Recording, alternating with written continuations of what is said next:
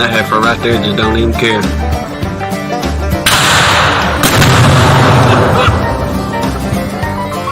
Save yourself now.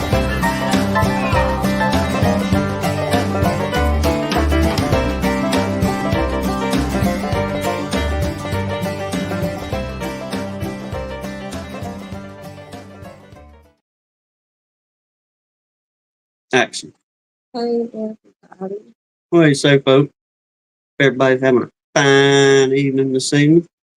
Uh, I'm trying to say hey as usual. we'll get them. Yeah. We'll shout out to everybody here in just a minute. I didn't think we would have this many people. Now, word on the street, we got competition this evening. And we was like, well, may not have that many, but we appreciate everybody that is here joining us this evening. Absolutely. But either way, support all your beekeepers if you can support them. That's right. But here we are again. DC, I bet it rains here again before fellowship's over. It sure enough rained today for the first time in like a month. Yeah, we got every bit of it. 16th, eighth of an inch. I mean, a gully washer is what I'm talking about. DC Cayman's on tonight. We had no idea Cayman was coming on tonight. Oh, that's what we heard too. Let's see, how would you say it? Word on the street. Cayman's on this evening. But either or, thank y'all for being here and all that good stuff. But We'll see what happens. oh, I've got a list of stuff for y'all. I tell you what. Does he ever? I mean, we're gonna have a chat tonight. But here we are, beginning the work week again. Another one. Thank you, Lord. We tired, but we are grateful. Yeah. Like I said, just ain't too much happening. We all idling down, and we pretty well out.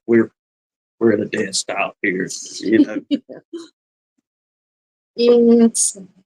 We got a little bit of fiddling we could get out there and do, I guess. Maybe scrape down some propolis off some frames and just kind of clean up a little bit from what we had this year. Got all the boxes cleaned sometime back from the bees, the beetles. So all that's already done, been taken care of.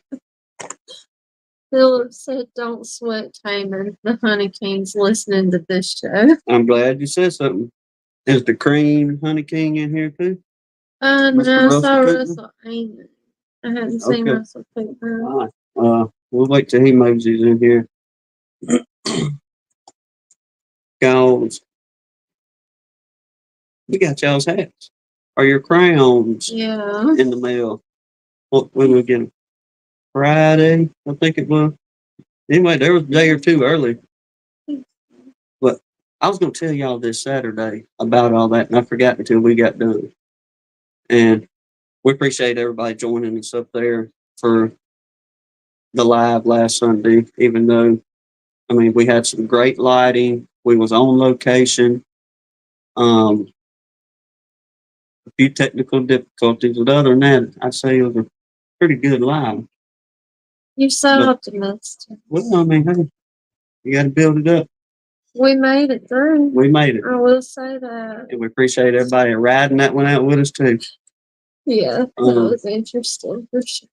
But with all that being said, when we ordered the champions hats from the Ute, official honey tasting,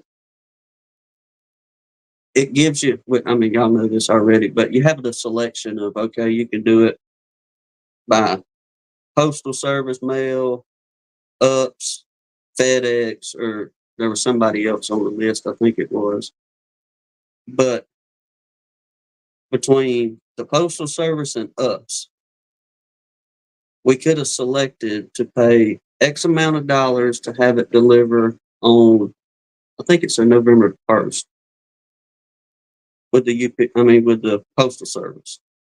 Then with UPS,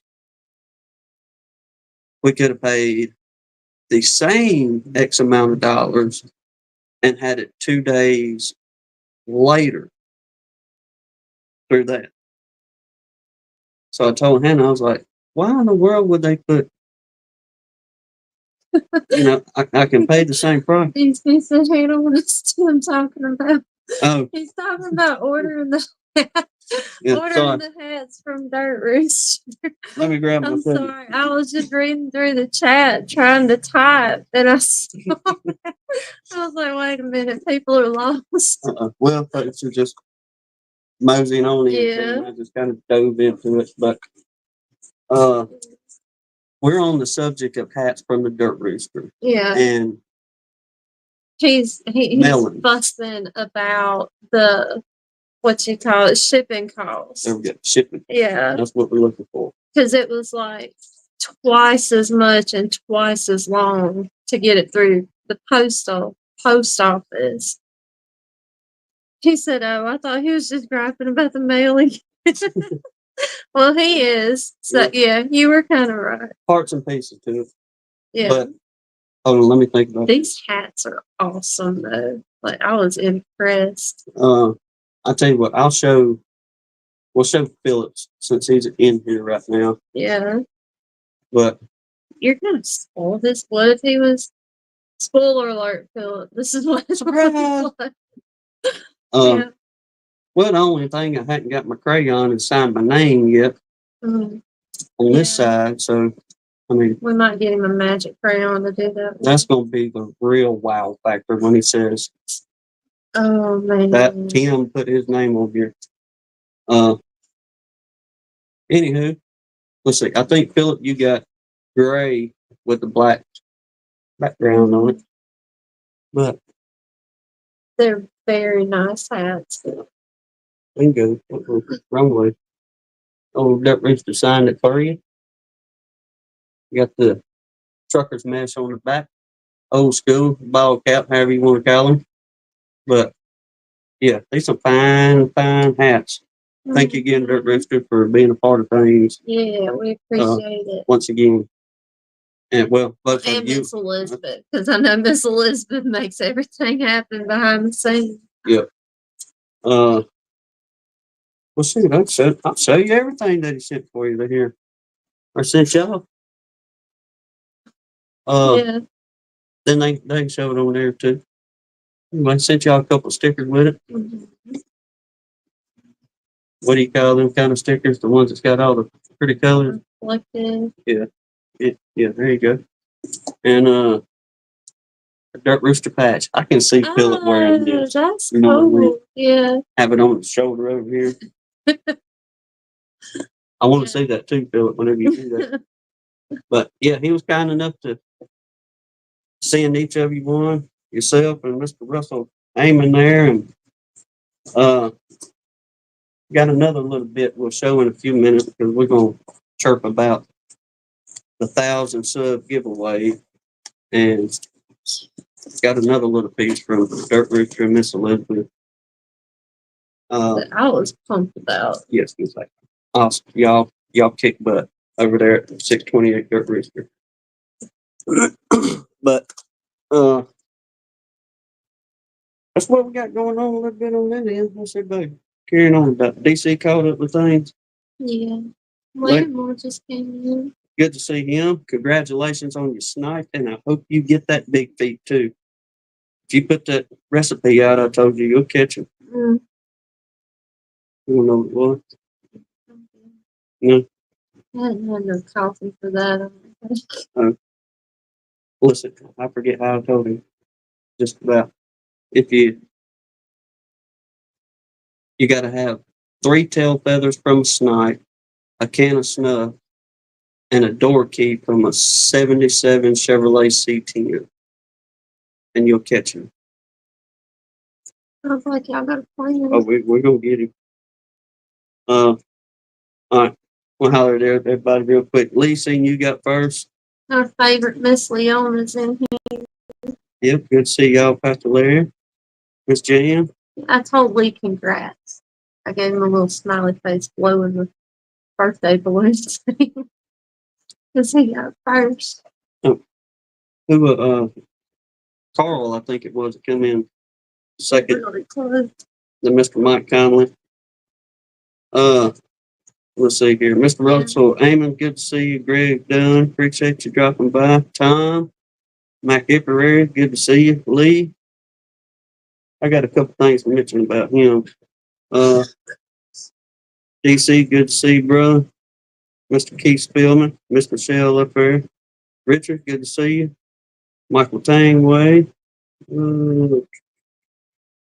Hey, did you see Miss Michelle's post on social media?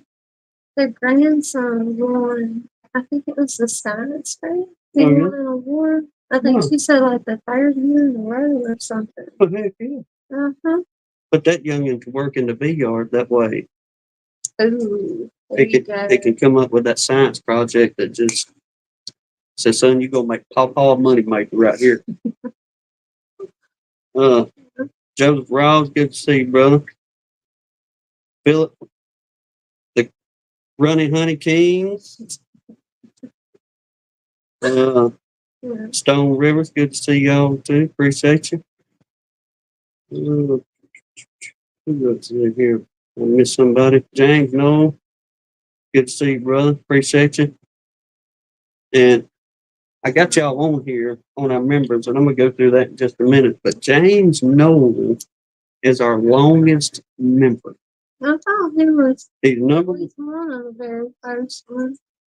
him and Honeystone Flip are We right there. appreciate y'all hanging out with us. As being the longest members. But we're gonna mention everybody here in just a minute. But I just want to put that out there. Yeah, because we could not believe how many members we have. Lord, no. Yeah, I'm like safeguarding this cup with my lock. Larry Moore, once again, good to see you, Captain. Mr. Mark Maryland in here. Oh, hey, Mr. Martin. Hey, Mr. Lee. God, Where we were going, man. No, but that's where I was going. I got to put him down for 3 now. But you're always awesome, Lee. Y'all send that man for the love, always supporting us. Wait a minute. It ain't wanting to. There we go. There we go. Lee, we appreciate you. Yes, sir. Carl and oh, hey, Haley. And Caleb. Happy Mac, congratulations. Mac Tom, congratulations. Redfish. And this redfish got one. Brian C. and Melanie Cruz. Hey, Miss Melanie. Awesome. Congratulations on that, y'all. I didn't see them coming. Thank you again, Lee. Yeah, God love you, bro. Appreciate you, Lee, very much. And y'all, we're trying to make that turnaround to or get into recognizing y'all much more on these members ends on things. Yeah. Yeah, we made 2 really good attempts this weekend to do some videos to do as members only. But plans just fell through this week, as usual. But It's just we're in a season of life right now to where we just kind of have to put some things on the back burner for a little bit and just take care of some stuff here at home. And we appreciate everybody holding tight with us. yeah, but we really do have plans. Yes, we do. Like for real. But I know Carl is always giving. Yes, sir. Whether it's time or memberships or sending coffee in the mail. Mm-hmm. Man, you have gotten me thoroughly hooked, by the way.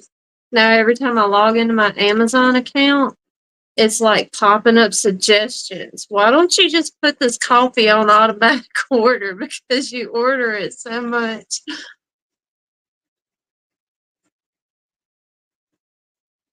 All right, DC. I'm gonna star your comment. Uh-oh. I didn't mean to put you in timeout. I put him in timeout. You can't undo timeout? You better be able to undo timeout for DC. 300 seconds. I didn't mean to put you in What timeout. you doing? Well, I was trying to star his You're comment. terrible. Let me see if you can. Yeah, Larry. It- Oh my word. DC, I'm sorry. I promise I'm sorry. Shame on you. Um, Oh no. yeah, I did that, yeah. I'm sorry. No. I'm trying, DC. Let me see if I can undo his buttons. Oh my I god. mean, 300 seconds. That's what. Like 5 5 minutes. minutes? Oh man. You need to end the stream and start it over and take him out of timeout. Well, You're terrible buttons. until we can get DC back. Yeah, Tom said poor DC. Um, Oh no. let me say this and maybe liven things up some. Larimore just did. DC's in timeout jail. Oh Lord, I'll put a little something on your books, DC. Let's help the man out. Button strikes again. Puts him in We want DC. I knew this was a bad idea. Tonight. Um, Oh my word. I deserve that beating, y'all. I need coffee. Here, let me just do that. He deserves it. He said. Oh gosh. It's a good thing you're cute. If you're new to our channel, Welcome aboard. yes, in Sunday Fellowship, This is an every week occurrence. this, At some point. don't be surprised at what happens. No. Be We end surprised. streams randomly. Jasper takes the camera out. We film. Grayson just came in. Good to see you, Grayson. Good to see you, Yeah. bro. DC, please don't leave. Please don't get mad. He's probably slamming his desk right now. Get mad at Tim, DC. He's gonna go to Cayman's. I'm going to Cayman's now. He's gonna leave. I deserve it. Mm. Well, after this, I'm not gonna push a single button. No. They throwing it this evening. Stone River said we're pulling for you. We won't let you go down without a fight. The man's got support, y'all. We love you, DC. We really do. Let me take this opportunity since DC's in timeout. Since you put DC. Yeah, since I put him in timeout. If you're not subbed to DC's Bees, please go. Please go give him some love. Yeah, somebody put a link in where y'all can just help the man out. That'd be part of his books. He said, I hear that train a coming.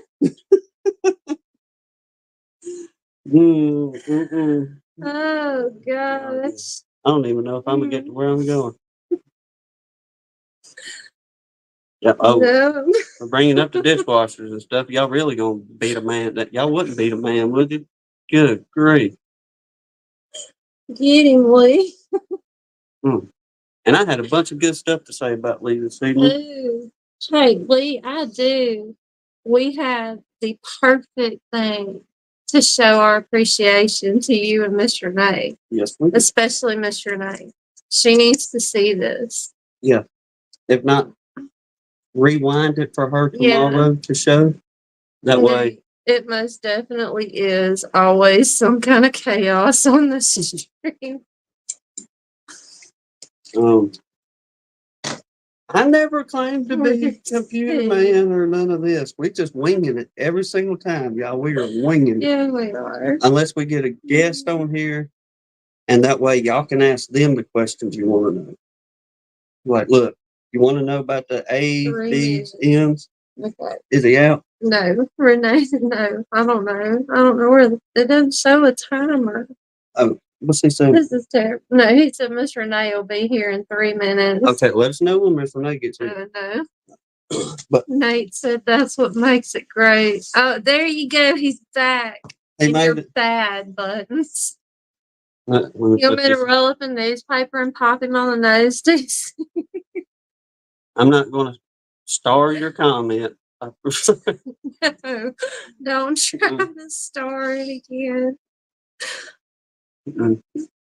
Yeah, Larimore. He said, DC, keep that question in mind. Hold on to it, DC. Hold on to it. We Free gonna at last. we gonna get there, Bubba. I promise you, we gonna get there. It may take us a while, but Oh, we'll get there. man. Lee found a rolled up newspaper emoji. Oh, that's great. Okay, here's his question. Just stop everything and answer the man's question. It's like, don't you dare put him into come out again. we'll probably put like 500 seconds or something. I'm afraid to post next. Tim, don't. Oh, man. Okay, I was thinking of taking the last little bit of my apis and a little honey mixes for my water to make my snowball sugar. Mm-hmm. Good idea or not? I like it. I don't see why it would be a, I don't see why it would be a bad idea, DC. No, hook them up with it because I don't know why everybody's not really chirping about it like they were the last year or two. But for us, and I know for many others in here can testify to the same thing, we had real good results using apis. We used it as an open feed, but from well, for us, we'll say late September, October-ish kind of thing. And especially you get now, you really get more into a dearth. But when the bees are sure enough taking it, we seen really good numbers in winter bees feeding the apis. Mm-hmm. Like really good numbers. So if That's very nice. if you're looking to feed and you have your apis, I'd pour it to them, to be honest with you, brother. You use it. I mean, if you got it, use it. You won't regret it. All right, Miss Renee and Lee. All right, bring them on. We got something for y'all if y'all want to meet in Biloxi. Actually, one for you, Miss Renee, and one for Lee. Look, Miss Renee. There you Aren't go. they cute? Mm-hmm. Can you believe somebody dumped these little things out? Yep. Look, he's the same color as Jasper. Dumped him out. Don't tell Jasper, but he's really cute. Jasper's number 2 now. No, he's not. That's what I've been telling him the whole time. But look, they just snuggle up with you, and they're so sweet. They're coming along on potty training too. Really good. Mm-hmm. So, tell us when y'all ready to meet in Biloxi or go for it. Hide them. Mr. Knight, if you want them bad enough, I will bring them to you. Mm-hmm. But they're brothers. They were dumped out together, so they gotta stay together. Gotta go. They're attached to each other. Yeah. But Jasper's not impressed. No, in the least. He is not happy with this. No. But Aren't they cute? where I was going to go with that was, I can't remember who it was last week. 2 or 3 of y'all got to chirping about Jasper going wild and Jasper's doing a live without us and all this. And his people didn't leave. no, he had a party undoubtedly, and these 2 decided to stay. So I know, DC, I hate it when people do that. But they were in the middle of the highway, so I couldn't leave them out there. But I don't need 2 dogs. And Jasper's not trying to make friends real well. So don't you want them, Miss Renee? You have a grandbaby now, don't you? Yeah, y'all have a grandkid. I mean, no pressure. Christmas is coming. No pressure. Please, Miss Renee. Yeah. They'll love you. But yeah, either way, their tails are going on the Book of Faces tomorrow. If not, thankfully, we won't have to carry them to no pound. We know a woman that has been in with the. Don't give them a way out. They need to take them, Mr. Oh, there we go. 1,000 sub giveaway, DC. I like that one. Yeah. Yes, sir. I'll send them with a bag of puppy chow, a toy for each of them, and a blanket too. Mm-hmm. Lee has gone silent. They're like, don't you answer on that one. But I told her the sound and monitor went out. Check, bro. Catch it on the replay, Mr. Renee. we like the old, what was that? The ants on the screen back in the day when the TV went off. Yeah. Through there. But all right. No, Todd, they're not. They can't. Jasper killed me. Oh. I'm having to tell him he's my favorite like every 45 minutes to make him shut up. No, Buttons is. No, he just ain't do the Puppy Fam YouTube channels yet. They will at their new home. We'll send them home with a YouTube channel as well. Yeah, Lee's got the whole studio, y'all. There you go. Send them up, give them some little help us out here. But all right, moving on a little bit. Beekeeping stuff. Well, it's kind of beekeeping. On a serious note, I reckon. Oh my. Well, we'll say I reckon, but sat down and caught Pastor Larry's message this morning. Pastor Larry, thank you, sir, for taking the time and doing that on the Book of Faces and delivering the word for us. Because oftentimes, whenever we can't make it to church, we pick up on your message in the morning times, and but I want to say on that end, it's good to see you, Lee, helping Pastor Larry on that end, putting up the sermons and displaying things for him and giving people a visual on the message that Pastor Larry is trying to deliver.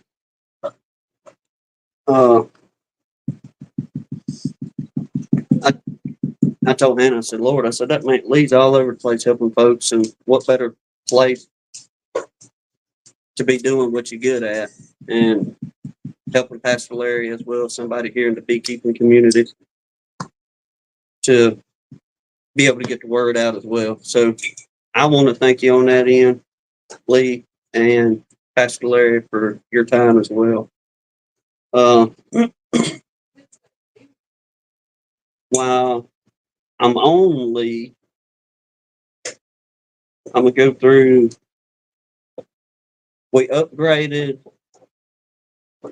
the StreamYard.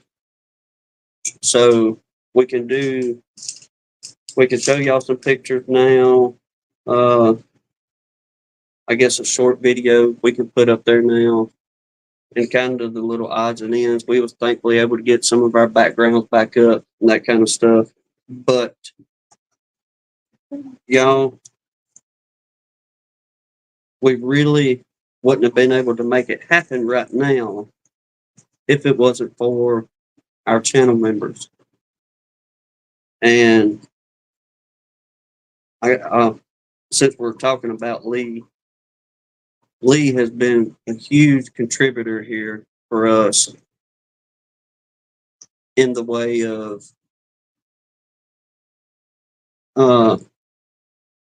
donating his money for memberships. And in the last 2 weeks, he's given 2, which has totaled to 10 memberships. Mm-hmm. Then this evening, he gives 5 more memberships to folks, totaling 15 memberships for people supporting our channel here. And I want to thank Lee very, very much for that, brother. Yes. For you recognizing our channel and supporting us as well. And there he goes for 5 months. Lee, he's trying to bribe us not to bring them puppies over there. I don't blame him. But Yeah, I'm pretty sure Jasper's feeling that same way, Lee. God love you. Thank you. Thank you very much, Lee. We do All that. appreciate that.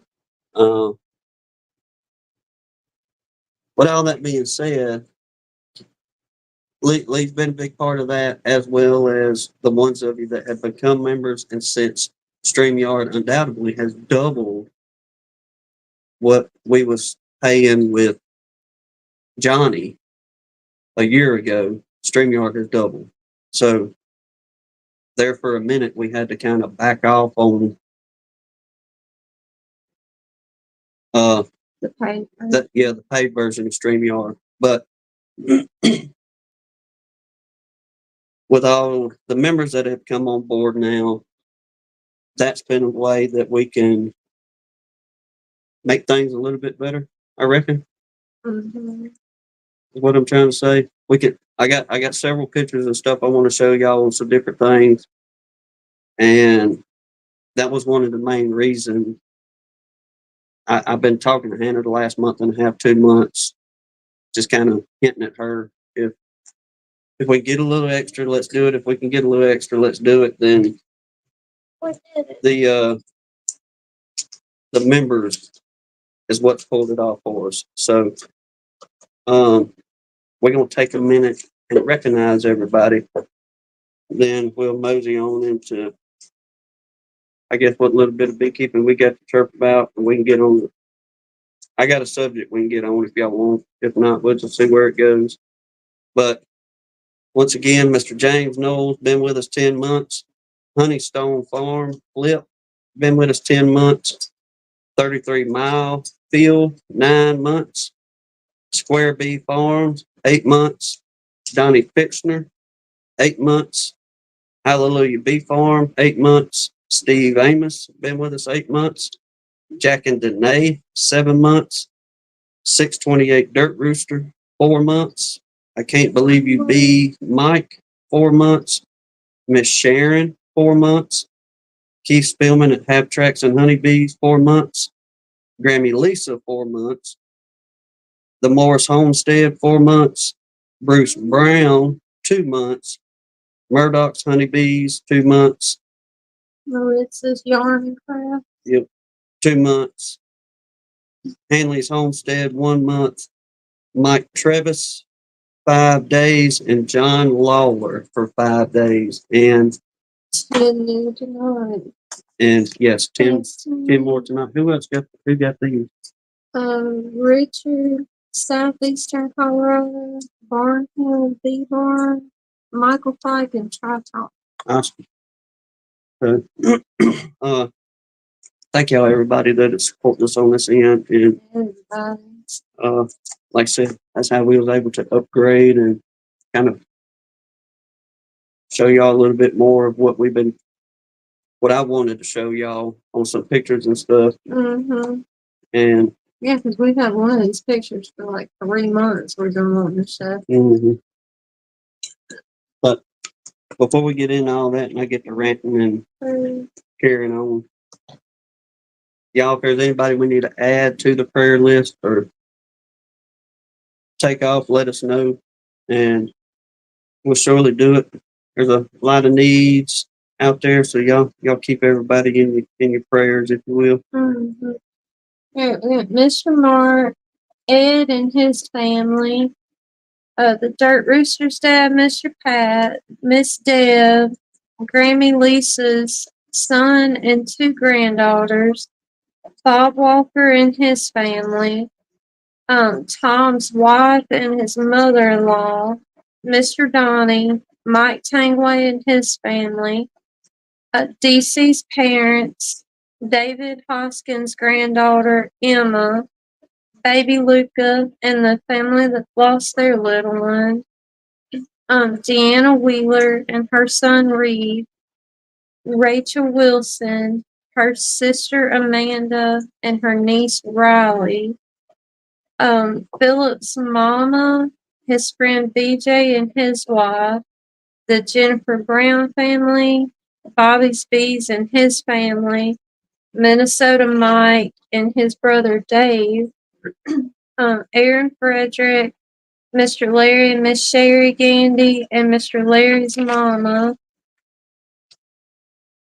Keith Larimore, Hillbilly Earl, the Paris family, Sandy's young family member, Bruce Withersbee's granddaughter, Unsong, Steve Amos's brother and mother-in-law, Spanky, Israel and all those affected by the wars, all the storm victims, Jeg's Farms wife, Sean Balturse's wife, Mr. Ron, PJ Hanley, Stafford Mike, Shabu, Ricky Rourke, 29 Homestead, mine and Tim's family, Grammy Lisa's friend Lime, Catherine's son and his family, and Sarah texted me and said she thought they were all doing okay and we could take them off the prayer list now.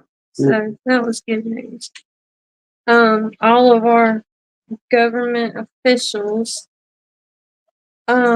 the Leonard family, the Tar Heel, Mr. Randy, his mother-in-law, well, I get his whole family as storm victims, and then specifically his mother-in-law.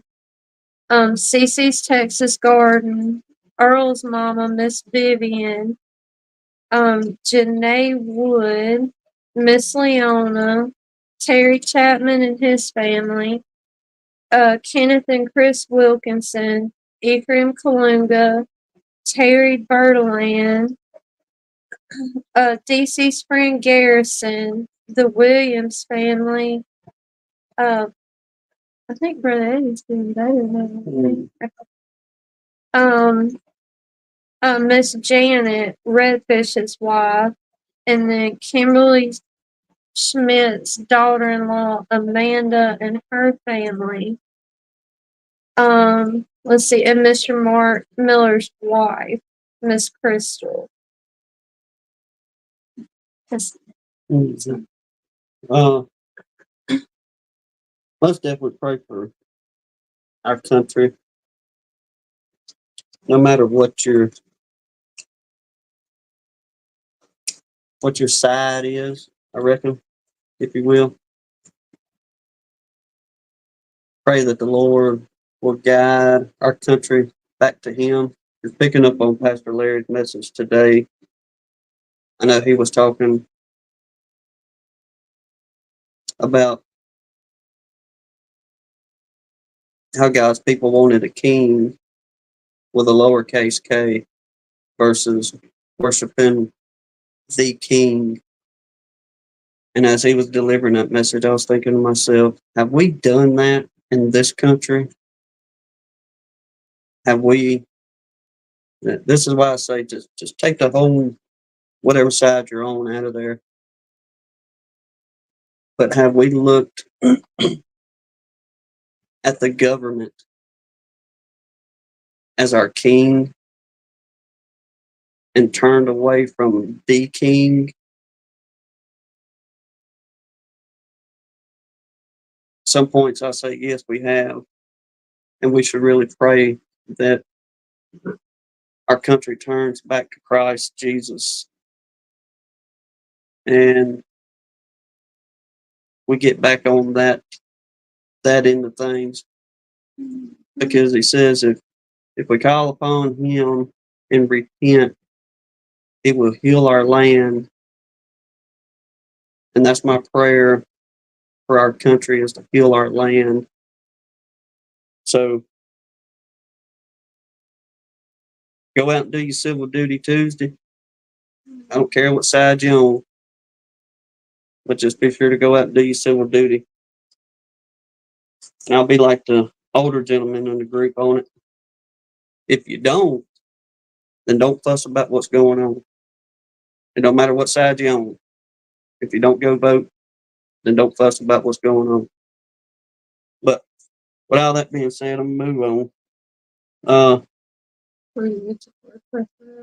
Yeah. So I figured tonight I was going to get into my patriotic, throw my American flag shirt on, which I'm 100% still. Y'all know me.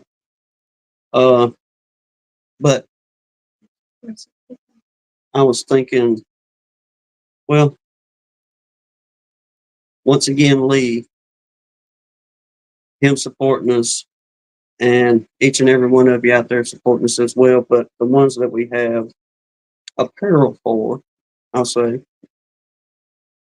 try to show off some of that. And y'all, y'all go support Kodiak Farms and Bees. Check out his website on what he's got out there. I really recommend his coffee cups. Yep, she loves coffee cups. I've destroyed 2 of them, but they keep her coffee hot. She said. Yeah, so, for a while. But Lee's got coffee cups, shirts, the whole kit and caboodle on there. Put your website in there, Lee, even if you don't want to or not. Put it in there, folks, or tell them where they can go to. Put the link into your merch website. Tom and Melissa, VA Honeybees, y'all go holler at them. I tell you what, I really like this hat. Over the hat. We are. It's kind of a back and forth thing on this hat. Yeah. But on the gentleman's end, we'll say, I like it. Mm-hmm. It's not all stiff on top of your head and this and that. It fits good. It's nice and comfortable. And they got T-shirts as well in theirs. And 4628 Dirt Rooster. Mm-hmm. They help us out a lot. But just kind of want to put those names out there. And it's getting Christmas time, so y'all go holler at some of these folks. There's a new person and he's asked this question twice. What kind of pheromones make bees aggressive? But I don't know how to say his name. But only pheromone really is going to, I guess, a true pheromone that's really going to make them bees aggressive is whatever is coming out their hind end on the nasal. Richard said pheromones the bear gives off makes them aggressive. But within the colony, then I guess you could get a little deeper if you get critters coming around, or if you got a perfume on or a deodorant they may not like. Things along those lines can make them a little bit more fussy. Mm-hmm. Like Rich was saying, skunk.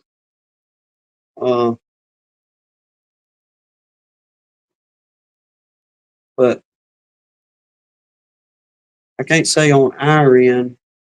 The main thing we know is just the pheromone. If we squish a bee, or if they're putting out the pheromone of, we got somebody traipsing around the hive and you shouldn't be, more or less. Mm-hmm. They go to get fired up during dirt or things along those lines. But if anybody's got a better answer or anything to add to that, most definitely let them know. That's very true, DC. All right, we done been through Jasper's, been live. Todd in here? Mm-hmm.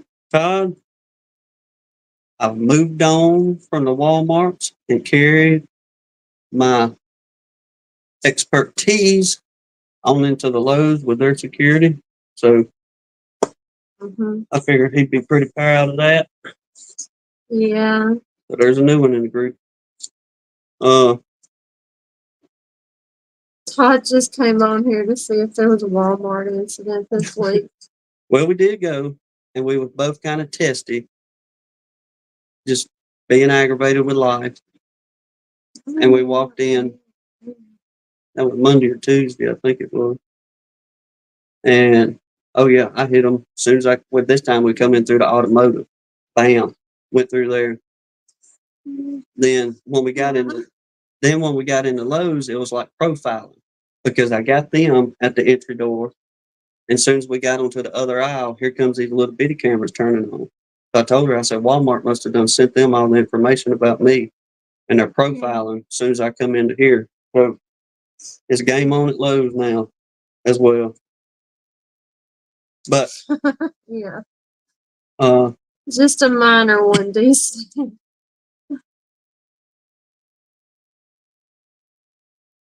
I'll save this one to last. Whenever we go to talking about food and firearms and wherever else we go at the Lowe's end. has facial recognition. Do they? I'm glad to hear that you were the better man versus the security person. But getting into some of the pictures, then Yeah. whenever I get out of that, I do have a topic on pest, but I'll let y'all guess which one. Oh, I believe it, Nate. I really do. Which is just that much more reason I wish he wouldn't antagonize him. He said they for real do. Yeah, Well, that's cool. Hey, that doesn't surprise me a bit. but I'm not doing nothing wrong. I'm just aggravating y'all. Y'all want to watch me everywhere? Antagonizing. So y'all can watch me. I'll waste your time. Absolutely. All right, let me see if I can do this again. All right, last week we was talking about Vincent over there in Zimbabwe, Mm-hmm. and I have to correct myself on how he done this one particular hive.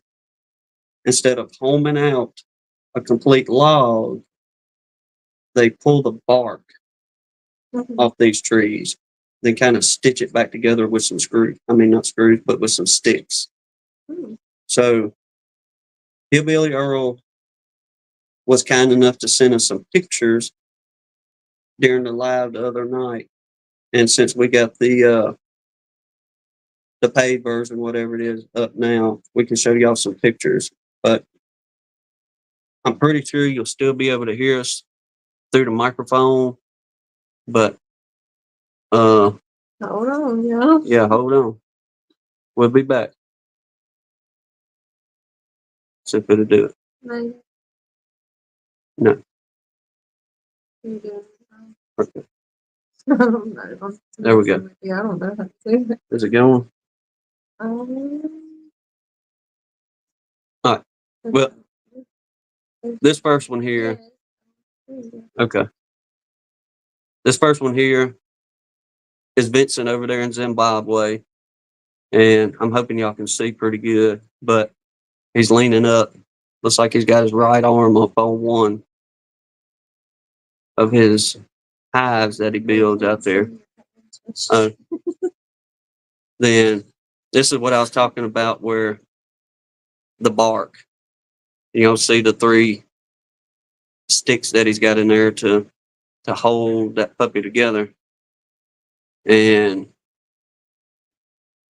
there's his finished product out in the tree yonder, getting some bees in it. But what got us speaking with Vincent over there in Zimbabwe, like we said Sunday, we'd have never imagined we'd have met anybody or talked to anybody from Zimbabwe. Mm-hmm. And once again, Hillbilly Earl got a hold to us. He said, "Look, I'm trying to do a fundraiser for a little fella that got burned in Zimbabwe. Is there anything y'all can do to help?" And of course, absolutely, yes, sir. We jump on board and help. And it's because of this little fella right here, Mr. Ephraim. It burned up his little right arms. He had it, or his little right arm, and a couple other places on him. But he had a pot of hot water fall over on him. And they don't have the treatments like we do around here where pretty much we can just run to an ER and know we're getting good help. And the donations went to help pay for some medical bills and get the little fella the medicines and stuff he needed down there. So But he's doing so much better now. absolutely. There's the rest of the family. Little Ephraim there on the right. He's a cute little fella. I give him that. He's gonna be a good beekeeper too. Imagine the rest of them. Their daddy's already got them lined out. Mm-hmm. And y'all, this little fella here that I'm fixing to show, we have been praying for months. That's like my favorite picture. I've seen in a very long time when it was sent to us. Yeah. So we have had it for a minute before we could get it. But y'all, that's baby Luca. Mr. Dan Weaver sent it, right? Yeah. And this is after his little heart transplant. Yeah. So y'all look at the smiling face on that little fella there. And we pray for the family that lost their baby, but we thank the Lord at the same time that baby Luca. This one. Yep. So there's where your prayers went to, that little smiling face right there. Mm-hmm. Let's see what else I got in here for y'all. I'll save this one for last in just a minute. But I got to brag on my woman on this one. She spent hours upon hours putting this together, but she finally got it put together, and we was able to get it sent up to Hillbilly Earl. But there's the blanket she done, y'all. Finally got her done. Yeah, show everybody what that is. I'm proud of you on that. Yeah. Every bit, what do you call that? Crochet? Mm-hmm. All right. Crocheted together, and she did the colors of, the blood of Christ being sinless, gold being the purity, and I forget all the other ones. I had to look on my text message. The red being the blood, and all that. Then is JW in here? Was, but I haven't seen them. Then let's see. Oh, how in the world did that get in there? What is that? That's a blueprint to make a sandwich. Wrong one. You hit the wrong button again, Buttons. Let's see. Mr. JW? Slideshow's over, y'all. It ain't over. I got a couple more for y'all. Yeah. And I don't know if I get in trouble for this one, but if so, I'll go to boot camp with Joey Rawls. But I got to make sure. Tim's in trouble. Um, Yeah, he thinks he's so funny, Lee. well, one of the Why brothers. don't you put a link up and let somebody come help dig you out of this hole you're taking your stuff into? We fix it too, but I got to see if Mr. JW is still here. He done went on to another one. If not, Or he might just be prepping for our early fishing trip in the morning. finish catching the rest of them crappie, huh? Mm-hmm. But Lee, I'm gonna go ahead and show them. I know I was gonna get with you to do all that editing and all that stuff, but he just can't stand it. I can't. I seen this and I about fell out my chair when I seen it. And I was like, this is Mr. JW right here. And I called Mr. JW in another chat. Mm-hmm. But like I said, I don't know if they're gonna find me, put me in YouTube jail for this or not, but if not, either way, here we go, y'all. Yeah. But yeah, I might not see us for a while. there's JW in the chat. It's a very late night chat. Yep, he was up late, and I seen him there, and I was like, "What in the world's that man doing up that late, chit chatting?" But Can y'all tell Tim went crazy with pictures once he figured out how to put pictures on here? oh yeah, and I'm smashing the right buttons without kicking anybody off right now. So far. What else do I have in here for y'all? I got one of them Texicans, but I'll wait till he gets in here. You ain't seen Blaine? Mm-mm. Well, yeah, we'll just wait on that. All right, go back to comment. Oh no, Mr. Mike. He ain't going that far with it. No, you ain't got to worry about that. No. Okay. Subject of the evening is pest. Imagine that. Oh, good grief. Here we go again. You told me we weren't talking pests. But look, it's not the regular pest we talk about. It's not the A's, it's not the B's, and it's not the M's. It's the YJs. Oh, yeah. They're bad this year. Oh, okay. And blasted. I'm so tired for your word games. No, Todd, that's why I was getting mad. I was like, no, you promised we weren't doing that. Bingo, Lee got it. Yeah. Yes, sir. Okay. We're in that time again. Nobody's ever talking about these blasted little critters, but they are a nuisance and a little pest in a lot of ways. And especially whenever they sting your dogs, then decide to jump on you because you go down there to see what's going on. You mean because you go down there putting aquariums over their entrance and banging on it with a stuffed animal in there? Well, they crossed the line. A big line. Obviously. Better be glad they didn't get the gasoline treatment and I was able to entertain the folks for a few minutes. Mm-hmm. They ate it up too. They did. And there we got hornets too. We'll get on them. But I don't know truck when I'm born. Blasted yellow jackets. Mhm. Who all has problems with them? I guess would be my first question. I'm sure most people have problems with it. Well, where I'm going with that is like around here in our 5 years of beekeeping, they're around, but they really don't. We haven't seen them harass the colonies very much. The more so that we see them is whenever the mortuary bees are dragging out the ones that have been unalive. I said you should have gave them the molten aluminum treatment. Hey, that's a good one I could do on that next one. Yeah. But they really don't give us too many fits. But I've seen in other beekeepers' videos to where they're just an absolute nuisance, like far as harassing the colonies, trying to get in there, rob, and the whole shooting shebang. Mhm. But what's a remedy you use? So I'm surprised Al didn't need to get the Man, I meant to bring him inside. I was going to give y'all an up close of him, show y'all how good he looks. But that poor thing okay. has slipped. Don't you dare leave me that long to go all the way down Oh, and my put that goodness. thing in the dark. And I see Mr. Russell Koopman. So before I forget. Yeah. All right, Mr. Russell Koopman. We were showing him off a minute ago. Mhm. But there's yours, Captain. Back up, back up.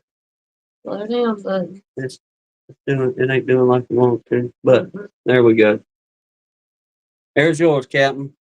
Dirt Rifter sent them to us the other day, and we've got one more little bitty surprise we got to put with one of them, and we'll be having these rascals mailed out to you. Lord willing, about midweek this week, we'll get these babies mailed out. We'll send y'all a tracking number and all that good stuff, so you'll know. But thank y'all again for participating. We had a blast doing it. Yeah, we did. And we look forward to the third annual unofficial official honey tasting. Oh yes, they some fine hats, Mr. Russell. Y'all gonna enjoy them puppies. Oh, hey, Sean. Oh, it's good to see y'all, brother. Hope y'all been doing good, man. Miss Angela, hope she's doing well. Hopefully she's totally recouped from that shoulder surgery. Yeah. But do y'all make homemade traps, or you just don't fool with them at all, or do y'all buy the wasp traps from the big box stores and put them up around your bees to collect, we'll say, the number of yellow jackets around your yard? I usually push a lit M80 down their entrance. There you go. What? Don't you think that's just a little bit drastic, Todd? That'd be fun. Yeah. We could get our hands on them. Todd, you're a really bad influence. Call me, Todd. We'll make some over the phone. I can't say it over the air, but we can build one. I'm leaving that day. It'll be a cannon. Holy cow. Boom. All right, let's see here. All right, Todd blows them up. Okay, make sure Handy Boo signs billets. All right, go big or go home. Go big or go. Really? Sean, let me put that up here real quick.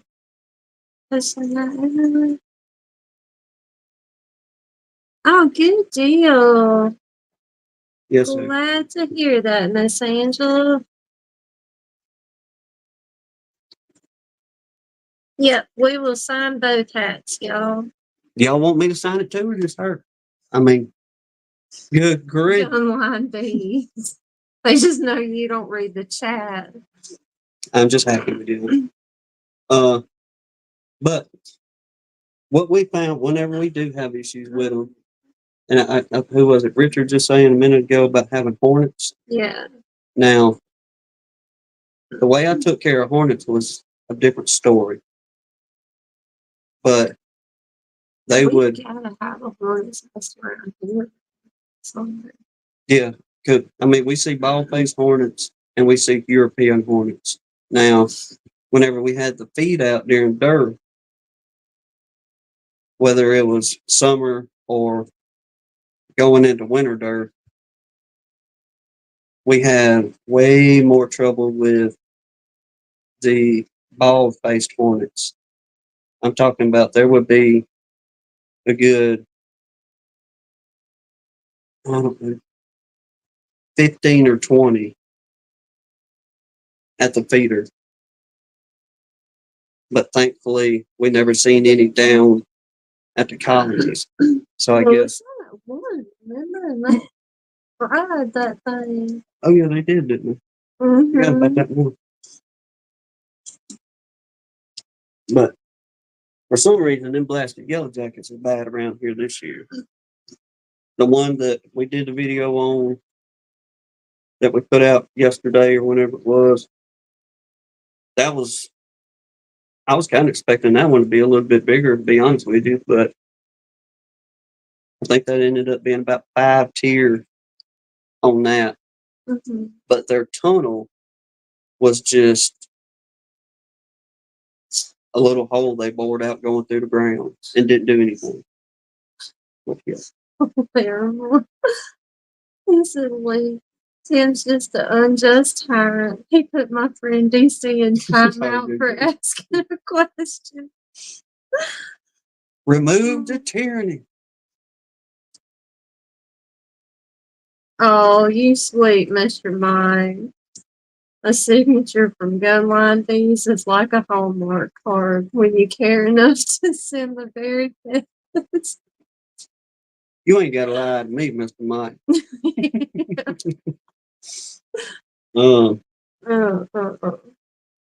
But Just. the other yellow jacket nest that is next on the list, them little girls, they put.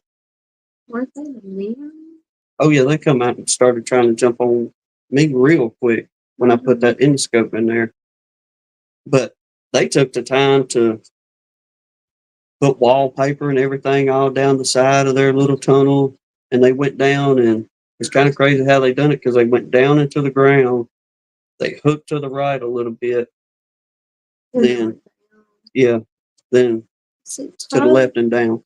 Todd said the farm manager hangs a few of those traps that have liquid and bait to attract them. They're the ones with the cone-shaped trap inside. Okay, that's what you get from the store, pretty much. All right, Lee, take care of yourself, brother. I'll have a. Thanks again, Lee. Yes, sir. I was trying to type that, but he spit it out too quick. I could show y'all, I guess, how we do one. I imagine most everybody in here knows, but if you don't, let me, unless you want to do this for me. What? That other bottle I got under there. Okay. Under the cabinet. Other spit tune bottle. Clean. We just rinse it with a little water. But like I say, I imagine most of y'all do this, but I'll make one real quick to show you. If you don't, you can do this with a 20-ounce Coke bottle. And when I mean Coke, it can be Dr. Pepper, Sprite, whatever, any flavor, soda pop, if you will.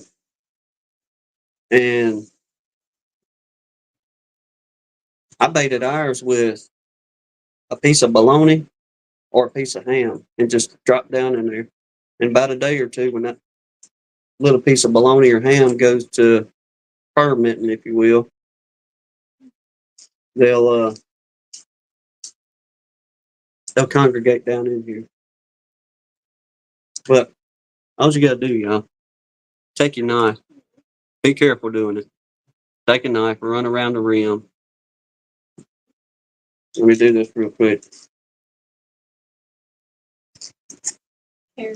I'm doing it carefully. Cut away from myself. You're noggin button. I am. Do it slow and easy so there's no injuries. Disclaimer, just in case there's one that needs to be put out there for somebody that don't know how to use a knife. Don't cut yourself. If you do, it's not my fault. Uh, anyway, whittle the top off this rascal.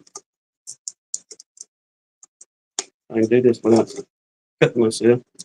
I appreciate that. That's all we need to shut the TV off for. Get out Trip the to the ER. band-aids. Yeah, here we go. But all right, look, just cut around the rim. Let me get y'all over here. Cut around the rim. Boop. Pop it on. Flip that puppy upside down, and she'll rest in that bottle, and you'll catch them just like that all day long. Throw you some bologna or something in there and get after it. They're very concerned about us. I appreciate that. It's just a little show and tell. I can't stand the sight of blood, so you better not cut yourself. Claire said all we need is a finger on the floor. No more buttons. I'm done with show and A tell. lot of witnesses.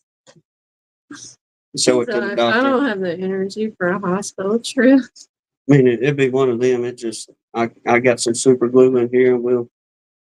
I got a sewing kit in the bedroom. There we go. She's got one of them.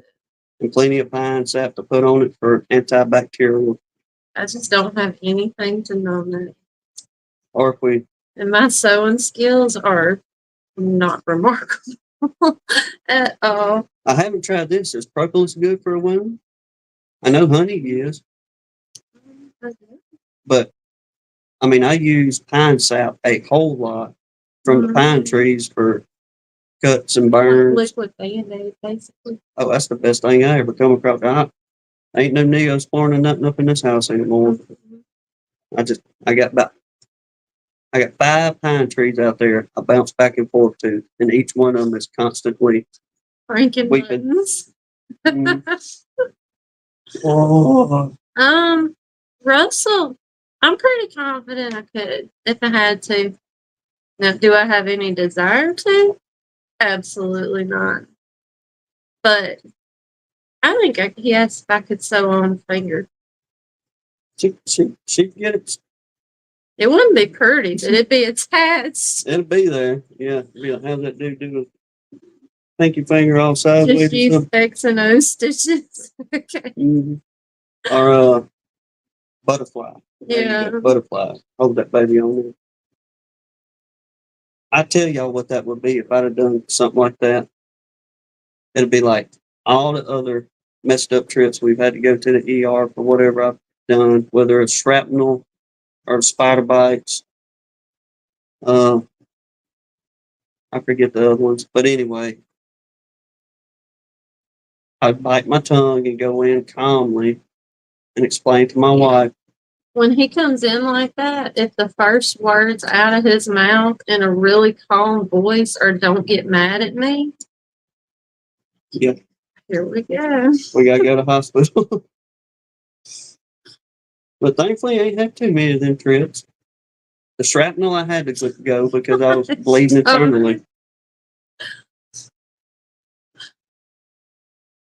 Just melt the cut side of that finger in a frying pan and stick it back together. It'll. You melt it down. I wonder if YouTube would ban you. I'm sure they would.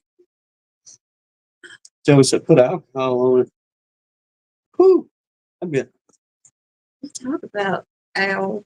Or y'all want to talk Make about you some want to say a pain dirty word. on that? What about the old camphophonique? Oh no, Get you no, some no, of that. no. Good grief. Yeah, they probably outlawed that 30 years ago, but I think DC really did leave us, or he'd have said something about that. I hope I didn't upset him too bad. I don't think so. Okay.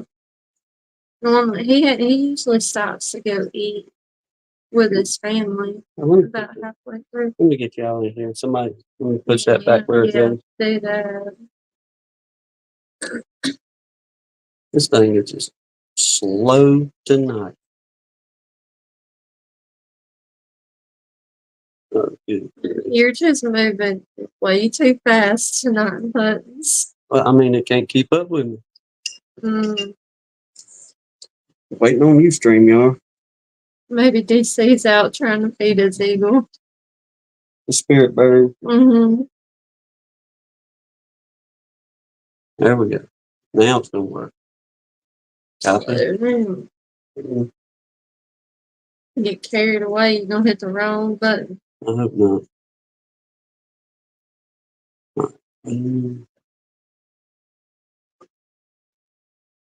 Did it go?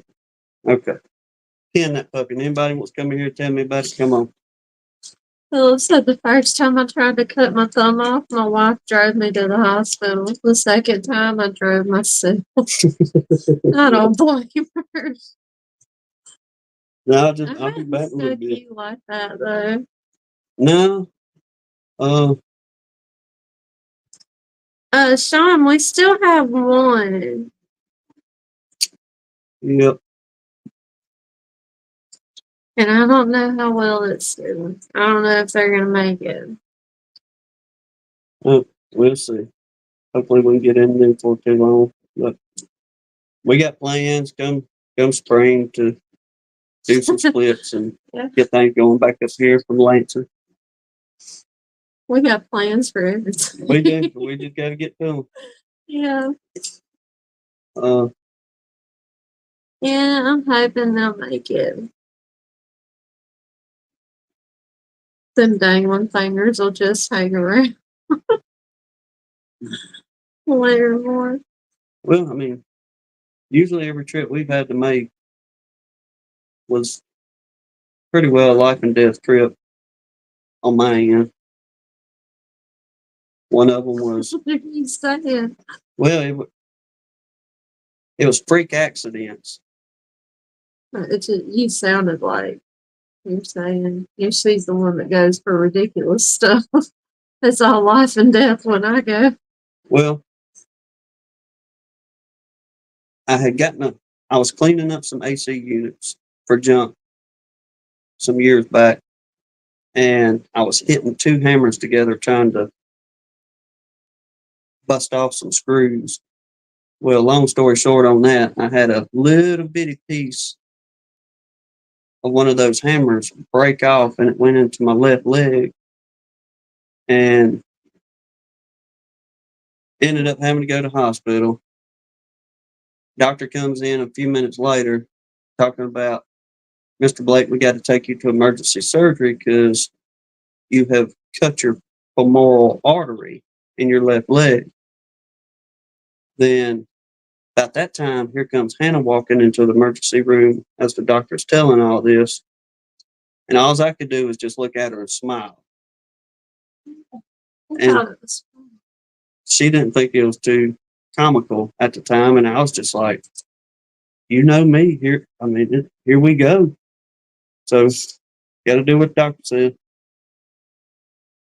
Claremore, are you serious? Like for real? You did that? He said I cut one off in a pig cooker. Mm. His wife turned green and he was hurting so bad he couldn't stop laughing. Well, I mean, it's one of them. Here we go. So get some ice and let's pack this baby and head on down the road, I guess.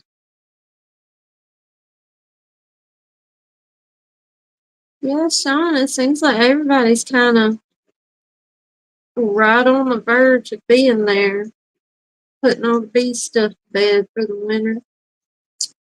Yeah. If you hadn't done your feeding, you better get on that. That's for sure. Yeah. Especially y'all folks up in the North Country up there. That snow will be sitting in for too long. Getting the cold weather getting in here. We probably got another, I don't know, month before we start seeing any kind of cold weather, I guess.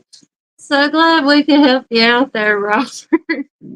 He said I'm broke down on the side of the road listening to y'all. You're keeping me entertained while I'm waiting for my ride. We But appreciate it's you beats tuning in. catching my fingers Yes, sir. Well, y'all know us. It's going to go off the rail somewhere. everywhere. That's true, Carl.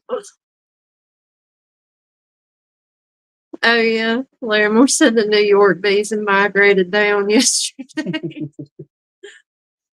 Good grief, Russell, really? We're running the air conditioner because it was like 87 degrees down here today. Yeah, I had to crank that thing down for a minute so we could do our little live here. Here's a little bit better. But yeah, AC. That's why it's so it was cold when we started because somebody likes it to be 62 degrees in the house and pile up under blanket. Yeah. I like it cold when I'm sleeping.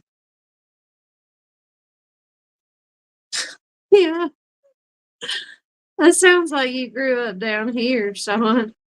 He said my cousins and I were building a log cabin in the woods till I got hit by a double-bladed axe above my eye. Mm. Mama was a nurse, sewed me up, and sent me back out to play. There you go. Get back after it, son. That's a good mama right there. No, Mr. Roy is definitely not an amputation how-to program. No, sir. He said I just walked in. Well, who was it last week come in whenever we was chirping about grizzly bears in a cage and grizzly bears chasing you through a field? Who was it, Brian? I Oh, think DC came back. I was afraid Buttons had really made you mad, DC. There you go, DC.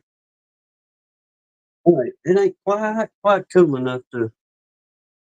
Tim timed you out again? No, I didn't. For real? For real?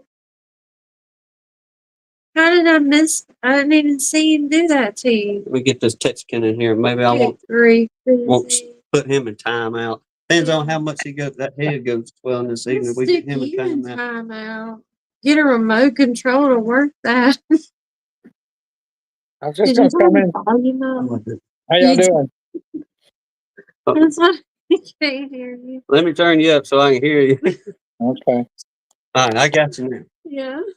All right. How y'all doing? We doing good, brother. How about you, man? Good. I thought I'd come in and tell my thumb story so I didn't have to type it in to everybody.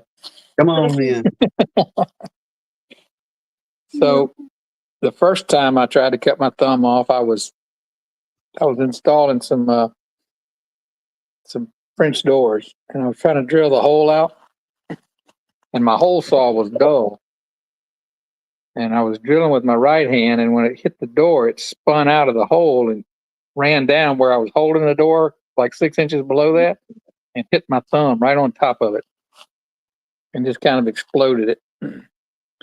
So at that point, Noah was in diapers, and it was Sunday afternoon, and we hadn't given him a bath all weekend, and we jumped in the car and ran to the hospital, and so I'm sitting there getting worked on. He's running around in his diaper. He looks like a homeless child. I'm surprised they didn't call Child Protective Services on us. But so when they x-rayed it, they found a little bone fragment was floating around in there. So they had to wash it out. And that hurt. That hurt real bad. Yeah. But even though they numbed it as much as they could, and what hurt worse than washing it out was when they had to stick the needle into the cut to finally numb it. But Mm. so anyway, fast forward like 5 years, I'm out there. I'm like running some just repetitive cuts across the table saw, and it was real cold because I can remember I had a stocking cap on, and I think I had a dust mask, and my glasses or goggles or whatever was getting fogged up because I was breathing through that. That air was fogging my glasses up. And I just ran my thumb right across the top of the blade. Luckily I was cutting like you're supposed to. I just had the blade barely taller than the wood I was cutting. And I had gloves on my hands too because it's cold. You shouldn't do that with a table saw, but I was cold. It was like 30 degrees or less. So I Oh. ran my thumb across the table saw with the glove on it and everything. And so then I came in the house to tell Judy we need to go to the hospital again. I looked around, and this time Noah was like 5 years old, Jared was 2 years old, and Sophie was like an infant. And Mhm. she said, "You need me to take you to the hospital?" And I looked around at all them, and I remember Noah running around that emergency room. I said, "No, I'll just take myself. Yeah. I got Flashback. It's too much trouble."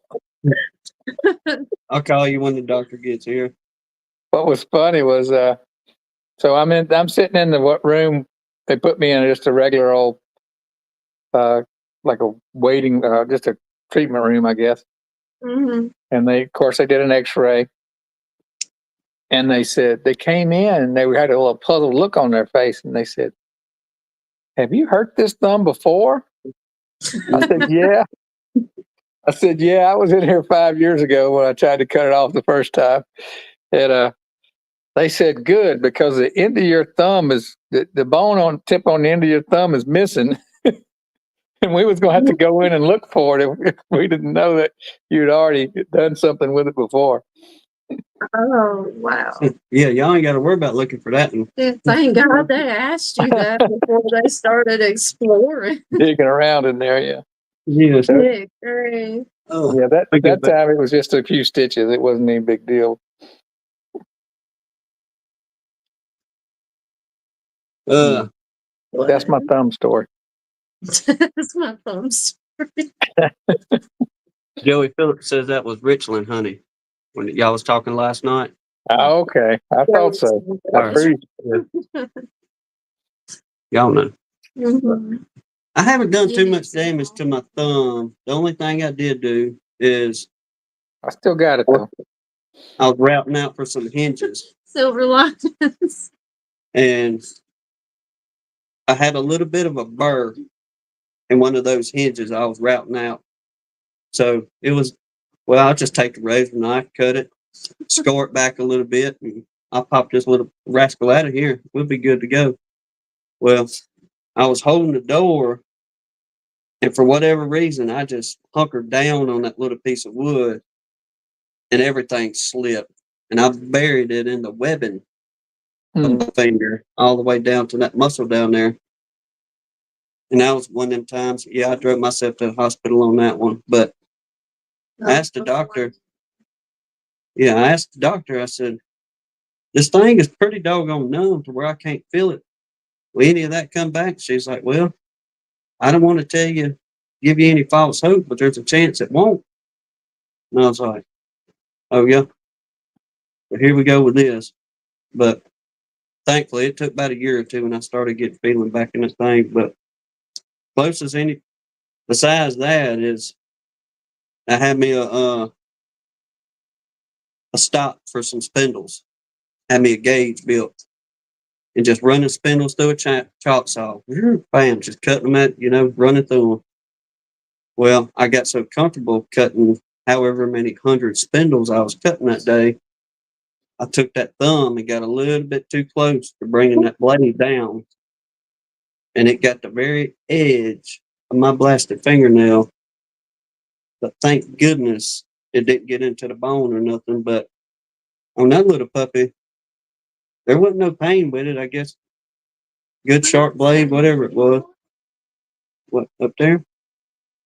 Is that what you think? No, I done that with Cecil working with you. But One of the things that I that a couple of, I don't know if it was close calls, but it scares the hell out of you when you're doing chop saw work. You really got to hold on to that piece, because if that piece gets loose in that chop saw, it'll just fly anywhere. Oh my gosh. Yeah. I know you've experienced that before. I actually broke the fence on one of my chop saws because I was trying to cut little small logs, little mesquite logs with it, and one of them twisted in there, and it shattered the plastic guard and the aluminum fence. Mm. It literally exploded that fence. I'm like, that could have ripped my darn hand off. Yeah. Ooh. Gummit saw. The only time I've ever got myself on a chop saw like that, and it was my fault because I wasn't set up right. I just had it on the ground, and I just kneeled down and went to cut it, and the blade hit like a bad knot hole, and it went to snatch that stupid board.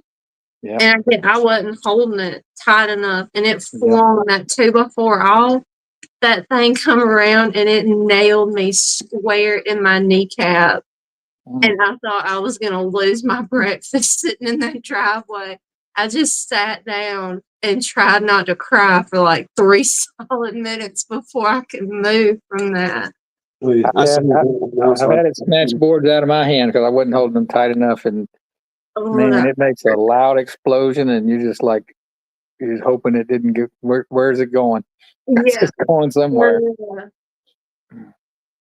Oh, good grief, DC. He shot a 16 penny nail in and out of 3 fingers and into the 4th finger. I had to use my claw hammer to pull it out. Oh, that hurts. Yeah, that hurts thinking about. Good grief.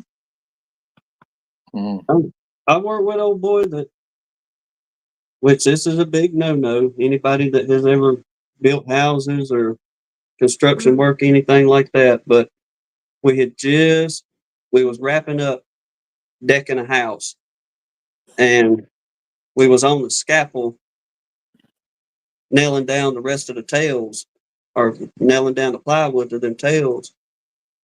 And I'm not a big fan of this with a nail gun, but they had redneck engineered the nail guns to where there wasn't a safety on them anymore. Mm-hmm. And these dudes was that's so they could fight, shoot them at each other during break time. Oh yeah, yeah. But he was shooting overhead, but he was under everything, and he missed that tail, and it come through that 1/2 inch plywood and went into the top of his head. Didn't kill him, thank goodness. But I told myself watching that incident, I was like, you won't ever catch this one doing something stupid like that. But there are times, like you say, just accidents. I've shot myself with some 8s, not a 16, and trim nails umpteen dozen times, but I ain't never run a 16 penny through my hand or nothing. Yeah. All my when I got engaged, we did those engagement photos, and like a day before we had to do the photos, I was helping my parents renovate their bathroom, and I was trying to, you know how you'll stand a wall up, but it's not quite where you want it, so you take your claw hammer and you start. Let's see if I can get the camera on me here. Where you start beating it sort of back toward you like this with your hammer to get it. I was hitting it like that, and I missed, and I caught myself right on the left side of my head, and it made a big old goose egg.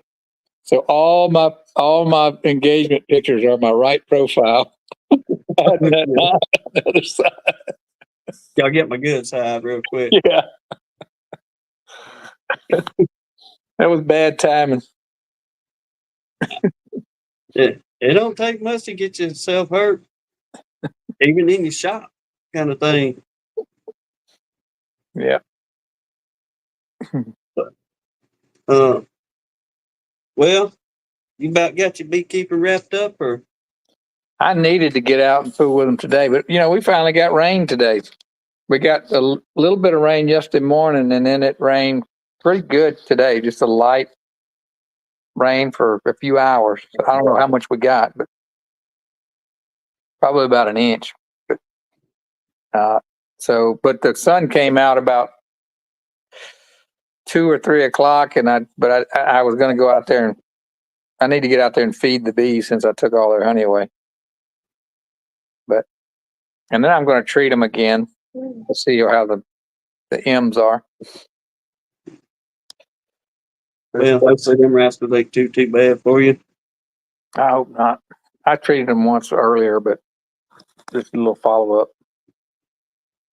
But just an OA blast. See, I thought we weren't talking pest. But I was just asking people rapidly. just an update. Just an update. Yeah, just up there. We never said the M word. It was That's right. insinuating. Yeah. Gotcha. Yeah. Everybody's just talking about how they hurt themselves. Oh yeah, we've been shooting each other with 16 pennies and all that back and forth. But I don't know. We got to get over there to my buddy Lance's and check on that bunch. I imagine they doing good. He says every time he goes out there feed them cows, he said they flying. So I reckon they doing all right. They should have plenty of stores on them, that's for sure. Well, I mean, last year, think about whenever we went and checked on them in the spring, they was still packed out with honey. And some of them had 3 supers on them. In our first inspection. Yep. So you're not taking any honey off of them? Nah, we ain't been up there to pull anything off his. I thought he pulled a little bit.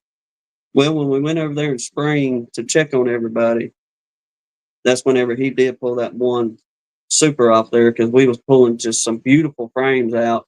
Mm-hmm. And he just grabbed the whole box and started heading toward his truck. I was like, well, where are you going with that, Lance? He said, I'm taking this one home. I'm like, all right. Then, like I say, everybody else was good and heavy on weight. So I'm hoping, since everybody's doing so good from what he's saying, that they have plenty of stores again this year. But we'll be over there before it gets too cold to check on them and see what they need. Yeah, I don't think it's a good idea to leave too much honey on them, over winter because they can't guard it. So it's just something and it's more space they have to keep warm. So I wouldn't leave them with more than one super of honey for sure. We didn't check those colonies for, what was it, 8 months? We didn't check some of those colonies. And they just, man, they was packed slam out, bees from top to bottom, just. I was mad. I was like, we work our butts off to keep bees and you don't do nothing and they're like this. Like, what is the deal here? And there ain't, but I mean, we're 4 miles from each other. So that's where we got into that conversation over there. It was like, man, we go out here and we try to make sure they're doing good and this and that. And we come over here to your house and they're just literally packed out with bees and plenty of honey. Yeah, I think there's something to be said about that. Not messing with them too much. Apparently so. But somebody used that to rub my nose in it. now that I've got so many colonies, I don't go into, unless there's a problem, I don't even go into them hardly. I will in the spring, when you're going into them trying to figure out what you need to do with them. But after the honey flow, I figure there's not much I can do. So. I'm looking forward and hoping maybe this year be another a different year. I know we said that last year as well, but it was kind of a repeat of not too much happening on, I guess, flow wise around here. Mm-hmm. But I'm really looking forward to getting back to those good spring flows. You can't keep up with them because they're building out so fast, and you know that they'll have a 10 frame deep drawn out in a week, filling her up. Then in a couple of days later, if you don't watch yourself, you had better throw another one on there, because if not, you fix and start working on being honey bound. Mm-hmm. But the last 2 years just have not been that at all around here. Yeah, I'm thinking about trying to replace most of my queens next year, but to see if I can limit some of the swarming, but we'll see. I don't know if I'll have time really to do it, but I'd like to do it just to see if it helps. Because I think all my colonies out in the country, I think they requeen themselves every year, but I also think they swarm every year. Yeah. Because I think they've got some of that feral swarming genetics going on.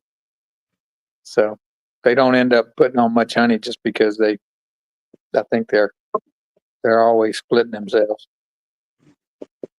Mr. Larry said the flow's over for them. Oh yeah, I don't think we really even had much of a fall flow, did we? Yeah, it was really, really bad here. That just didn't rain. And that, I expected it in my bees in the country, but my bees here in Capel, even when it's dry, they seem to do well. But this year it was just too dry for everything. Yeah. So you didn't get much fall honey then? I got 203 pounds, but Oh, yeah. that was, I got 550 last year, Yeah. about the same number of colonies. But is that going? You going to be able to carry that through with your markets and all that until spring, or you going to kind of have to? I'm probably going to sell out of the fall. Well, I've got a plan for it because if I don't hold some back going into next spring, I won't be able to do my sales pitch where they get to taste all the different seasons and stuff. Yeah. So, but I think in just a couple more markets, I'll have to tell people I don't have any in the large jars, and I'll probably go back to just the honey tasting, the little tiny jars if they really want it. But Hey, you use the little, what you call it, like the hexagon shaped jar, don't you? that's what I sent you. Yeah, that thing that I sent you guys. That's the reason I came up with that. Russell Koopman gave me the ideas. He told me go to smaller jars when I was running out. Mm-hmm. So when I was down to my like half a bucket of my spring Capel honey, I started putting it in those little tiny jars. Those little they're 2 ounce, 2 fluid ounce, but they're 3 ounces of honey weight. And and I've been selling a bunch of those. I didn't sell as many this last weekend because I had the fall honey there. Mm-hmm. But I sold 3 cases of fall honey in 4 hours. Oh, wow. Saturday. So, and then I sold 7 of those samplers, but I'd sold 15 the week before. Okay. So I'll have to hold back some of that fall honey so I can at least make samplers out of it for next spring. Somebody, I can't remember who it was, but somebody in the chat a little bit ago was asking, saying they were going to order that style jar, but was asking what size sold the best. They were going to order you talking about the hex jar? Yeah.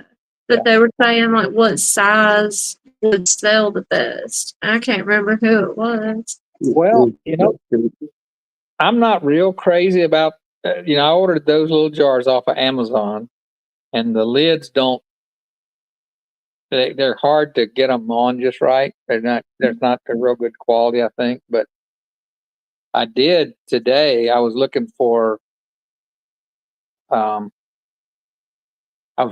more jars on Amazon, and I saw that they sell that hex jar all the way up to like almost maybe even 10, 12 ounce jars. So they Mhm. make big ones. And they're fairly reasonably priced. So I'm going to order some 4 ounce jars Mhm. that'll hold 6 ounces of honey weight. And I'm going to do my gift sets for Christmas with those jars this year. Because the company I usually order my jars from, they're not selling the jars that I bought last year. And when I saw those 4 ounce, that's a good size. So that's what I'm going to go with. It's going to be the hex jar. It's basically going to be twice as big as what the one that you guys got there. Michael Buck's question. Let me see. I don't have to read it from here. Let me get back up here. All right. Does anyone besides me think that cleaning wax moth damage is worth the effort? Had a lot of mine I'd overlook and trying to hold on to my equipment. I use beeswax foundation most of the time.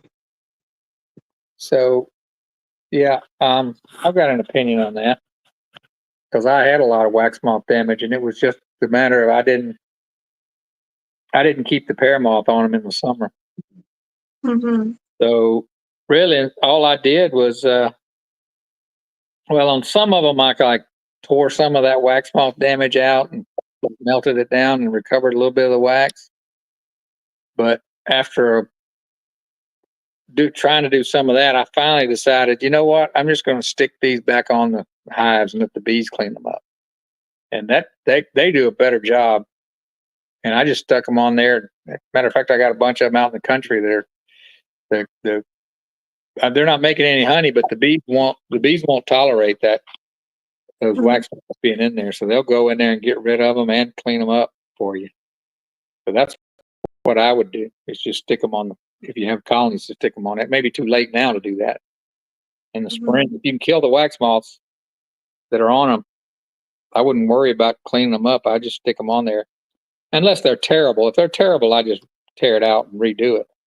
But if Yeah. it's just a little bit of damage, the bees will take care of it. And when I say a little bit, even up to 50% damage, I don't throw that out and start over. I stick it on there and let the bees clean it up, fill it Now, back.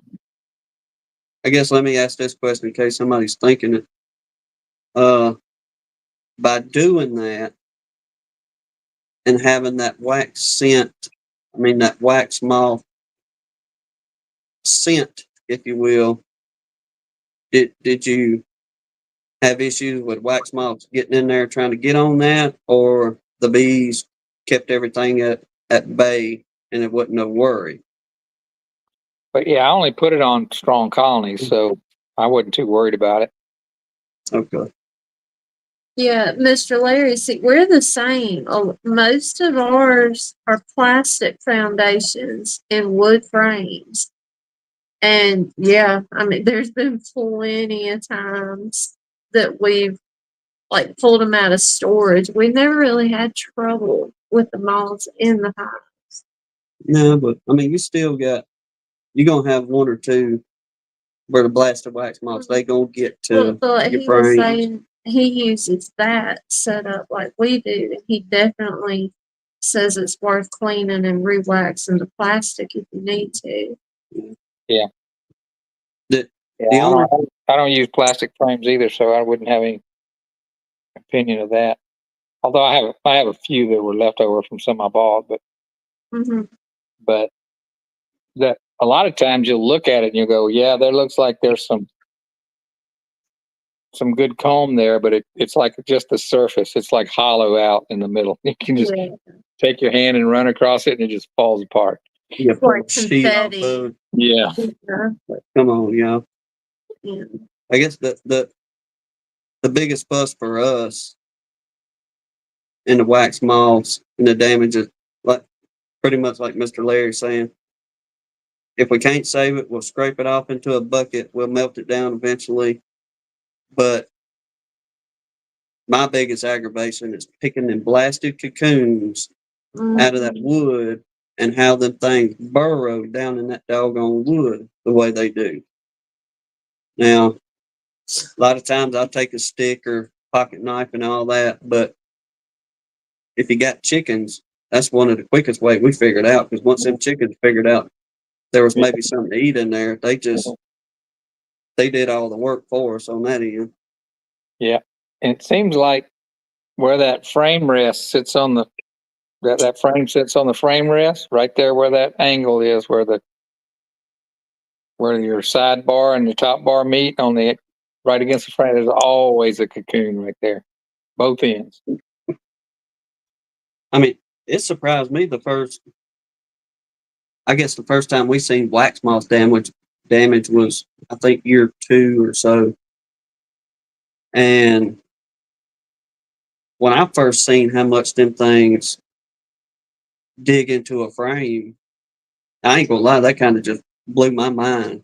Yeah, The cocoon sitting on top, and I'll just pop it off. But whenever you pop that cocoon off, and you got a gully, a divot, yeah, no frame. Yeah.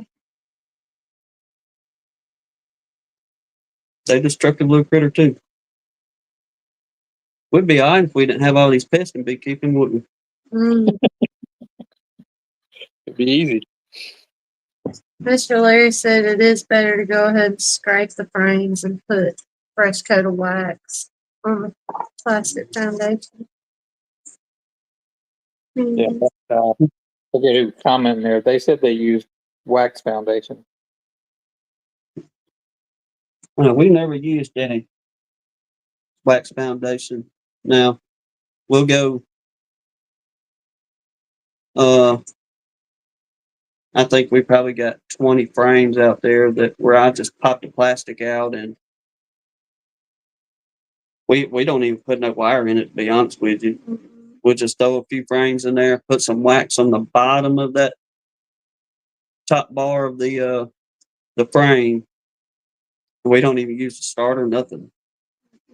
And they'll draw it on out. Now, granted, yes, you have to be careful with it, pulling it out of there until they get everything hooked up. But once they get it all snowed down, shoot, that baby ain't going nowhere. Mm-hmm. I use 30-pound fishing line. Matter of fact, that's what I was doing tonight while I was listening to you guys. I was stringing my frames with 30-pound fishing line. Because if it gets hot here, if I pick up a frame that doesn't have any reinforcing and turn it horizontally, it'll fall out. Oh, yes, sir. Heartbeat. Darren said cleaning and re-waxing plastic frames is almost as miserable as painting boxes. Hey, I agree with him on that. Yeah, I've got a few plastic frames. Like I said, when I bought my stuff from the guy who was getting out of beekeeping, I picked up, I don't know, 2 or 3 boxes of mediums, and there was some in that case because he was using plastic frames, and yeah, some of those were damaged, and I just scraped them down. But man, they're nasty. I don't know. I saw that Dirt Rooster. He uses one of those like iron-shaped brushes, those heavy bristle brushes, and just scrubs them. Yeah. So I ordered one of those on Amazon. I don't know what I did with it. That's what I was going to do. Just scrub them down and then either put more wax or just heat them up with a heat gun where the wax that's on them will spread out. I don't know. Probably got to be careful doing that. They melt those frames. I forgot Todd was doing that new stuff.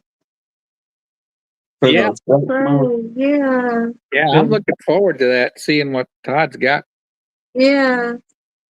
I think a lot of people I picked on him a little bit because he was hyping it up so much. I was like, yeah, you sound like the guy that sells the magic tonic water. Just fly it up. Come get your magic tonic. But I bet it's going to be a game changer. He's fooling with that snake oil. Yeah. I doubt that. Mm-hmm. He said, I'm guessing you could treat the frame and let it dry for a couple days and then put it in using that stuff. What was the name of that, Todd? I looked it up. I forgot what the doggone name of it was. He was calling that stuff. Yeah, because Darren was asking, I wonder if you can apply it and stick that in a live fire to keep, like, as a deterrent. Hygiene Seed Boost. That's it. Yep. 'Cause I was interested on some of what the ingredients was because I was going on the eucalyptus end, but undoubtedly they don't have a list of ingredients that I found. Oh, Hygienic Boost, not Hygiene Seed Boost. What type of? Apparently, the company's pretty secretive on their ingredients that they have in it, unless I missed it somewhere. I'm sure they are. But hey, if it don't hurt the bees and it's something that works, get after it, kind of thing. I mean, Yeah, for sure. Mhm. especially if it's going to save you and save the bees a whole lot of work, not having to build back out in spring. Granted, they have to go in there and do their little repair work, if you will. But other than that, they can just start filling, then use that other energy to start drawing out other combs for you for next year. Big plans, but One day, we're going to make it one day. Yeah, I think I'm gonna buy some acorn frames, plastic frames this year, just to kind of intermix with mine. I was pretty impressed with those that somebody gave me. DC was saying he mixes in like a couple, 3 plastic frames in his boxes just to keep them from being so tight. Oh, yeah. He said he just puts like 1 or 2 or 3 per deep to keep them from being so tight. So being so what? Hot? Tight. Like Tight. tight Oh, squeeze. tight. Okay, My yeah. bad. Start Yeah, spelling out words. they do seem to be narrower than the wooden frames. That's true. Yeah. The only person I've ever really heard chirp about using them plastic frames, which I know a lot of folks do, but just getting an opinion on them is uh, some of the times that we've talked with Bob Walker, and he said he had some in his arsenal there, but he didn't really have no complaints about it. I guess the way he talked, that he he don't mind using them. I reckon. DC said I call the plastic frames my cussless frames. The cutless. That's less, yeah. Cuss They do. less. Now I don't know if them plastic frames will do anything like that plastic foundation, especially around here. And I know Philip and other ones of you that sure enough have to deal with the heat. And then things warp and But yeah, I don't know if they'll warp like in foundation. That's a good point because the ones I have are black. Now, that's why we never bought any because like we've seen what happens to the foundations we have. Yeah, It's like, I I would don't if I would have know. put a plastic foundation in it laying out, Mm-hmm. you come back and you might as well throw it away. It's all bent up. oh, it won't take long either because like even this year in the peak of summer, man, I had a couple frames just laid out. I think they was coming apart or something, and I had just kind of set them off to the side, but they still had the foundation in there. And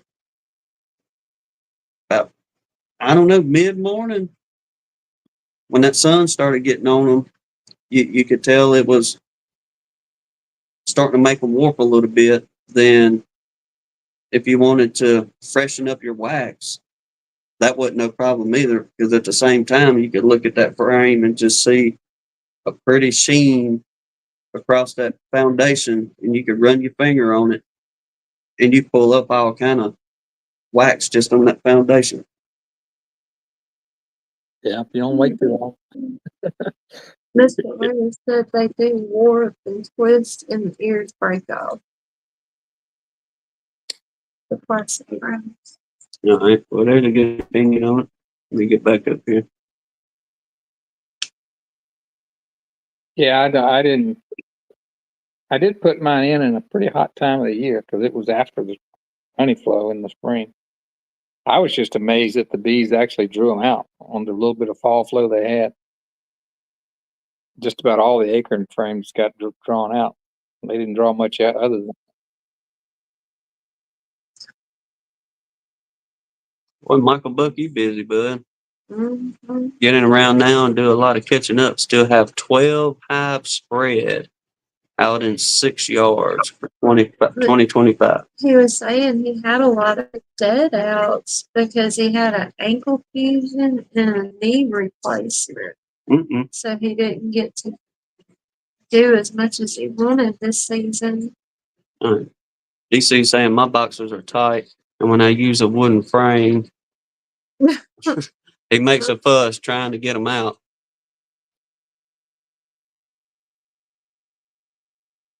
Now, I guess it'd be like on some of the depends on who you get them from, because I ain't never really thought of it. We ain't no kind of big time sideline or nowhere near nothing like that. But now, I imagine many of y'all watched this video as well. But when James McNally put his video on all that equipment he went and bought down in Mississippi, Mhm. he got home and they cleaned everything up and put all brand new gears and parts and bearings. And I mean, he's got it going on. But he said where he's going to have to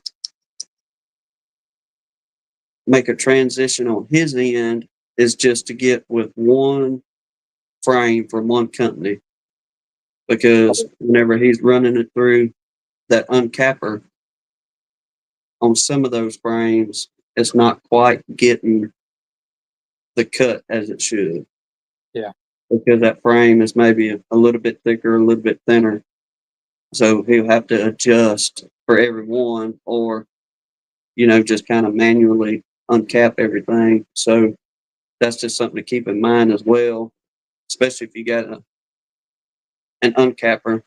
That way, whenever you set that baby, it'll run through all the same frames.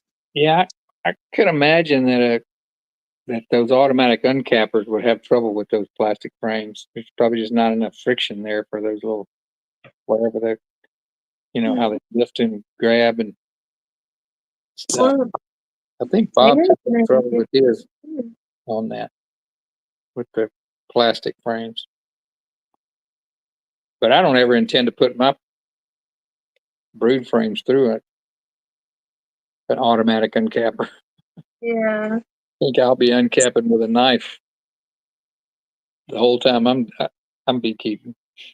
That might change at some point, but Tim's got a mighty fine bread knife he deboed out of my kitchen for uncapping. Yeah, that old bread knife run. I mean, it's just right on those deep frames, and I can run that puppy right on down through there and just lay it off just as pretty as you please, and whoop, stick it in that old hand crank and get after it.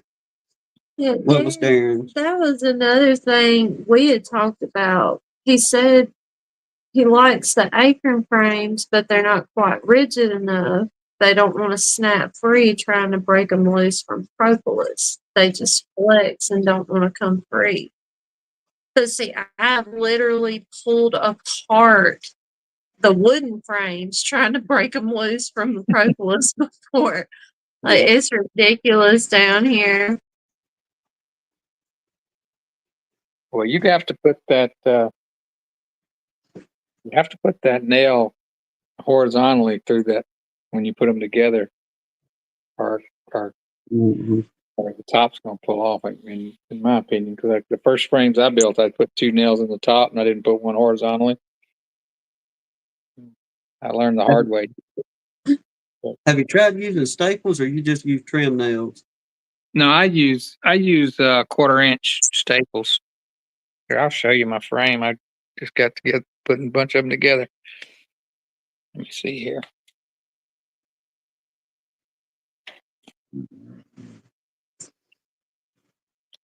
Switch the camera around here. He just, I was like, Yeah, I cut himself out. turned the camera off instead of changing it. Hold on a second. Let's see. Settings.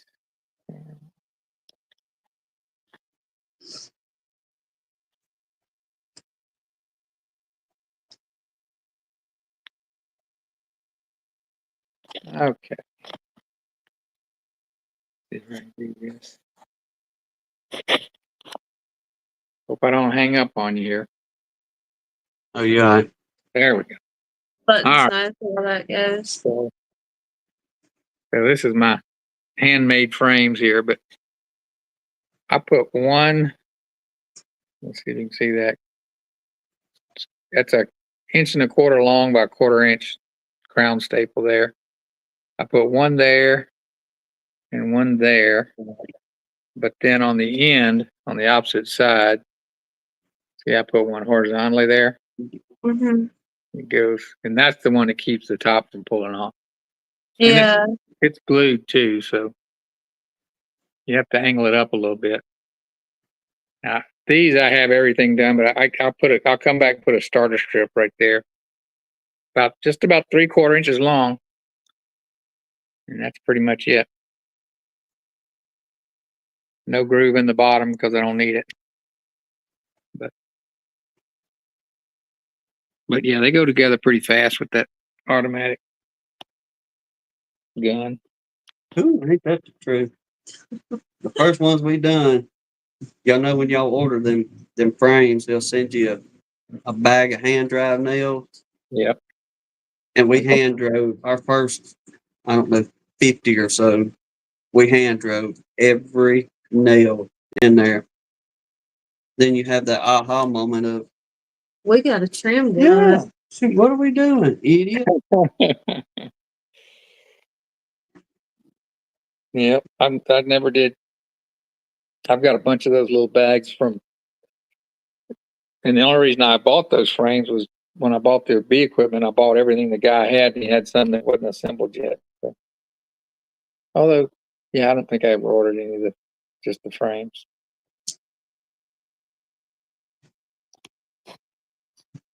I can't even remember where we bought ours. I think it's just some of that cheap stuff off Amazon is what we got. Most of ours. Oh, totally. Oh, know- well, yeah. We do have some more. I know Joey complains about some of the plastic foundation he bought. I guess it was off Amazon. I don't know. And said the bees, no matter what he does, no matter how much wax he puts on them, the bees won't draw them out correctly. I wonder if they have that pattern off. I'm talking about enough that whenever that bee measures, they go, no. No, it's not gonna work. Yeah. I mean, you never know. Them what things thinking. They constantly proving it wrong. The women too, huh? You right about that. Don't know what they want. Yeah, I because I use these foundationless frames, the bees will put drone comb wherever they want it, and they typically on every frame will put about 10 to 20% drone comb on it, DRONE comb. But what they don't do is they don't do much burr comb. They don't try to build drones between the frames because they have plenty of room elsewhere to do it. So I don't hardly ever see drone comb between the frame, between the boxes. Well, that would definitely be a silver lining to doing it that way. And if I in the spring, if I pull one of these combs up and it's got drone comb, it doesn't have any resources or anything in it, I just tear it out and hope that they'll come back with worker brood. Yeah. Make them rebuild it. Huh. Because once they get out from the center of their brood nest, you might get a whole frame of it. I'll let them fill it with honey and move it to the outside. Usually, then. Mm. Yeah. The worst that we have any we'll say burr or bridge or however somebody wants to correct me, is in the horizontal hives. Now, we'll have them plenty of room to carry on through, but for some reason, they love to draw in them horizontal hives on both sides of them frames. Like you talk about between the frame and the wall. Mm-hmm. Bad. I mean, it seems like they'll jump on them sometimes more than they'll jump on building anything. Yeah. Do they? Is there a lot of space there? Yeah. I mean, like if we know we're going to put XYZ in one horizontal and they're going to be splits, that's all we're going to do is just work splits off them. They'll do it. Then if we throw a colony in the other one and say we're going to give her, we're just going to split it down the middle, 15 frames a piece. We put 2 colonies in one horizontal hive and just split it down the middle. Mm-hmm. And even them drawing out to that, it's like before you get to those last 4 or so frames is when they really start doing that bridging. Yeah, I hadn't had much trouble. A lot of people when I was doing these were saying, "Oh, you're going to get cross combing and you're going to get all that." I don't ever really. I use a little thin wax starter strip, and that's just enough for the bees to come straight down with it. I do get some cases where they'll build, if it's honey or something like that, they'll build extra thick and into the space of the comb next to it. They Yeah. don't comb it, but they just build it so thick that they leave out that space on the next comb over. I get some of that, and I'll also get some cross combing because I didn't level my hive enough. It's going from the top of one to the bottom of the next one next to it. Mm-hmm. That's a beekeeper error there. I didn't level the colony well enough. That's one benefit of plastic. They typically put up with a little more unlevel hive. Brian was talking about their latest creation. Peppermint vanilla lotion. Peppermint. Yeah. DC said that sounds more like candy bars than water. Yeah. Bet them puppies smell good though. If you visit Philip, he'll put you to work leveling his hives. Yeah, I did do that with Brian. Yeah, we took a jack out there and leveled them up. Hey, it's one of them. Hey man, while you're here, Yeah. Uh-huh. Hey, he was there to beekeep. That was part of it. Yeah, Oh, man. that was the one where I had to do the walk of shame, go put my gloves on. Those bees started stinging my hands. Brian he was just chill with them. He didn't those mean bees didn't bother him at all. That's what he just said. We had a blast. I made him change my flat tire on my truck too. Are you serious? No, he watched me change. Well, he helped a little bit. I couldn't get I've got one of those where you have to stick the part of that comes with the jack through a little hole in the bumper, and you got to go it seems like 18 to 20 inches into another little hole, and then you have to twist so you lower your tire down. Uh-huh. It's mounted underneath the bed of the truck. I hate this. It's so hard. You can't see in there, especially when the sun's bright. It's hard to get it lined up. He had to help me with that. well, I was fixing to say, he showing up used the old grill trick. Hey y'all, I'm firing up the grill. Come on by and get something to eat real quick. Hey, while you're here, come help me with this real quick. That's it. Yeah. Won't take just a minute. Oh, yeah. VA said, did you break that Colorado fella in right? The king has a stick, get to work.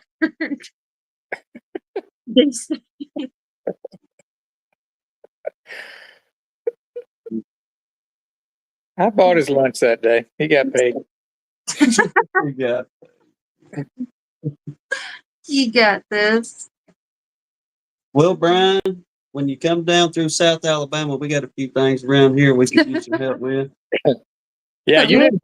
For He you, didn't. Brian. Well, hold on a second. He didn't finish at my place. He needs to come back. Oh,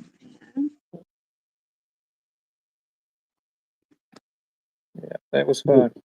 oh, we see bread and water. What? DC getting prison food. Yeah. Philip, can you read the comments? Yeah, Michael was asking you. if I switch over, I either get to look at Tim's pretty face or I read the comments. I don't get to do both. Let's Well, I'll see. put them comments up for you. That's a tough decision. Do you make your own starter strips with a mold or just coat the cleat? No, I actually buy wax sheets from Date and cut them into strips. I'll show you that. I hadn't bought any since my first year because I started out using wax sheets, the full wax sheets, and they had the wires in them embedded in them. And then I started cutting those into strips. Well, that's a real pain because you can't cut. You got to clip each one of those wires with some little wire cutters. See if I can find my box of wax. Oh, here it is. So now I just buy let me get this far away. This is just a deep sheet of wax, and I just cut it with a utility knife. But I buy a big box of these. There's like, I don't know, 50, 75 sheets and it doesn't have any wires in it. And I use melted wax and a paintbrush to stick it into those frames. So, each one of those wax sheets costs, at least back then, it costs like a little over $1, but I cut it and I get like 10 or 11 strips out of it. So it's just 10, 15 cents a frame. I picked up on that when I was watching Joe May, Kenny B Man. He uses wax starter strips.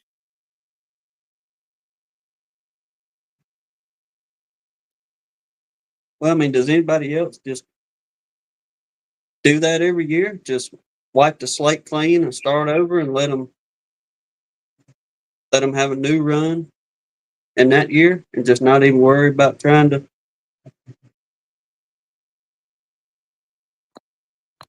keep up with the old? Last year I did, I call it the sort of a shook swarm on a couple of colonies because their comb was so old and black, and I don't think they were healthy. And it seemed to improve the health of those colonies when I just shook the bees out and made them rebuild all their comb fresh. I didn't do all of it because I had kind of checkerboarded in some frames early in the spring, and I didn't replace that, but I pulled at least half of their comb out, anything that was old and dirty. And I did it more of as an experiment than anything else. But it did seem to improve the health of the colony. DC, I don't know, bud. I ain't never fooled with no wax frames on that end. Maybe somebody else help you out on there, but ain't this your third year or your fourth year, DC? He said I bought some wax sheets and medium frames for doing that, but I've never gotten to them. I wonder if they're still good. I got them my first year. So is it wax? It's wax sheets.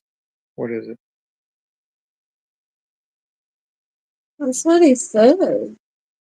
White sheets in medium brown. If they're pure beeswax, they don't go bad. Now, if it's plastic with a wax coating, that can dry out.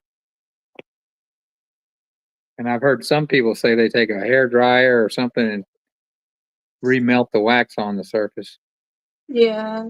I've heard that. I think DC's been keeping bees 1 year less than me. And I think he's right. I think he's going into 4, and I think I'm going into 5. Mhm.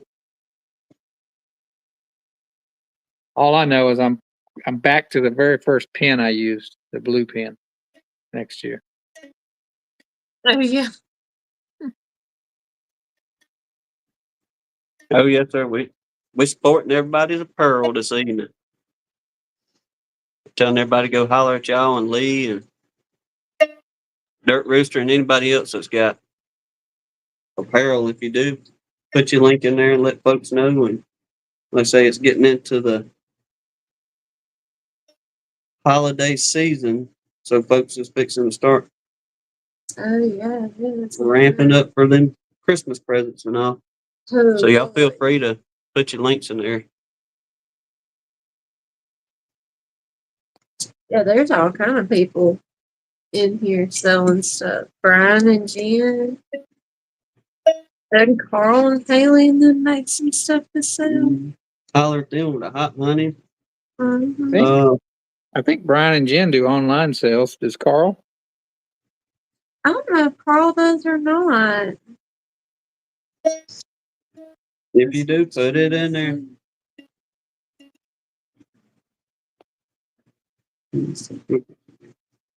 I don't know. I know Brian and them do, and they have some awesome stuff. Yes, And basically. Lee. I guess you got all that put up, but when Brian and Jen sent us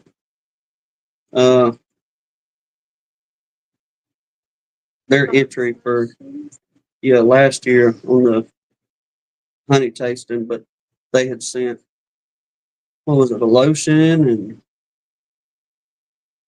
something else they had put in there. The lotion bar, the lip balm. I had somebody ask for a lotion bar at the market Saturday, so I might have to dive into that. Those seem to be getting like really, really popular here lately. Or I'm just hearing more and more about them. Yeah. Philip's got some good products too. That chapstick he's got. Jewelry. Yeah. Sophie's earrings. Sophie's earring. Oh, that's true too, Mr. Mark. Getting time to start putting deer meat up. That's what that man said. Hey, I heard that. Heck with Christmas shopping, huh? I'd like to put some deer meat up too, but I just don't want to have to do all the work. That is a disaster. Hey, them babies are running like crazy this year. Yeah, they are. I mean, the highway is tearing them up. I know that. So there ain't no telling. We've seen, well, I sent you that video a few weeks ago whenever you was over there with your daddy. But there's, what, 3 nannies? And 2 of them had twins with them. Yeah. Oh, Carl said he's eating some hot honey deer jerky. That sounds really good. Good deer jerky. Mm-hmm. Yeah. Sounds really good. We need to make some of that. I don't know. Do we still have a deer ham left or we cook it? I cooked it. Oh, yeah. Mm-hmm. Well, we get something. You didn't even realize it.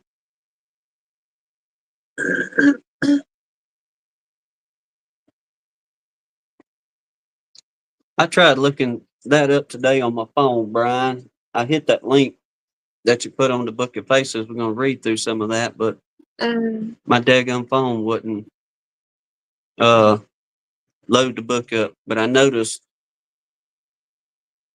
did you get it out of the Cornell University website?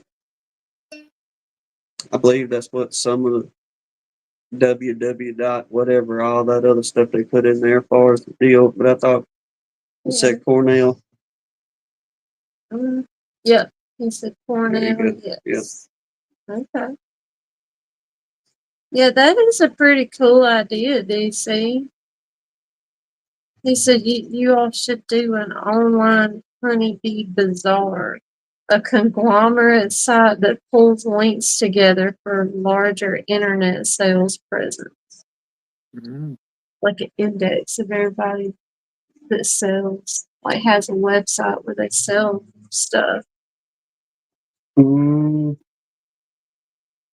That sounds good, but I would not be the man to ask how to build something like that.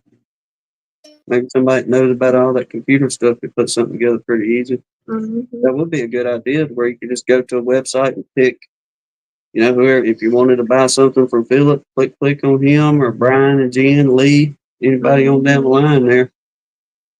Is Bob still doing his online stuff? Mm-hmm. Okay. Oh yeah, I think so.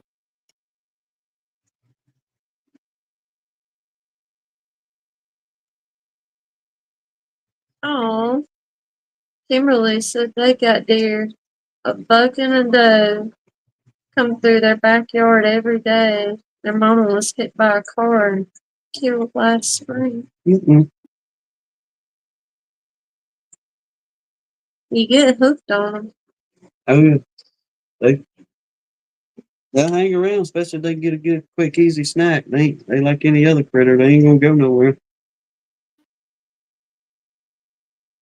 O'Brien said that article's from 1932. Huh.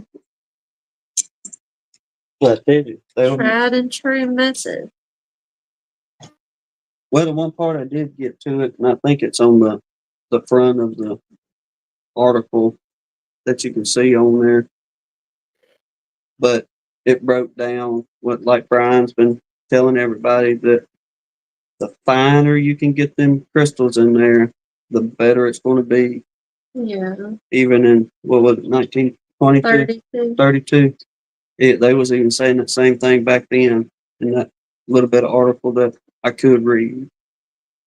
So the finer you can get them puppies, the ones of you making that cream honey, better it'll be. Michael Buck said roadkill eats just fine if you see it. Hey, Yeah. we got that one in front of your grandma's last year. Oh, we did So we did. Somebody, I forgot all about that. they probably busted that dude about 30 minutes before we got there, and shoot, don't think we That wasted thing. that thing. Yeah, it run right up in my grandma's front yard.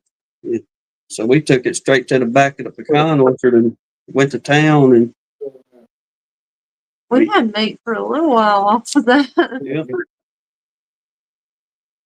Oh, Kimberly said they had an apple tree back there. Oh, no wonder they pulled Yeah, it probably drives them in. I wish them things would grow down here real good. Hannah's daddy had an apple tree, and that thing got pretty It doggone big. flowers really pretty, but it never puts off fruit. Yep.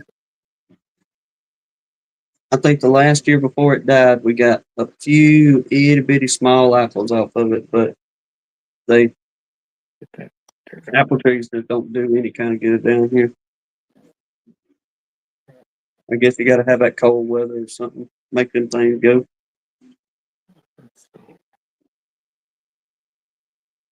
Hey, I'm gonna show you guys something. My son stepped on a bee last night. His foot still swollen.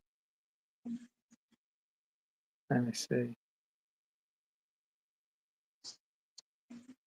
Let me see. Back. All right.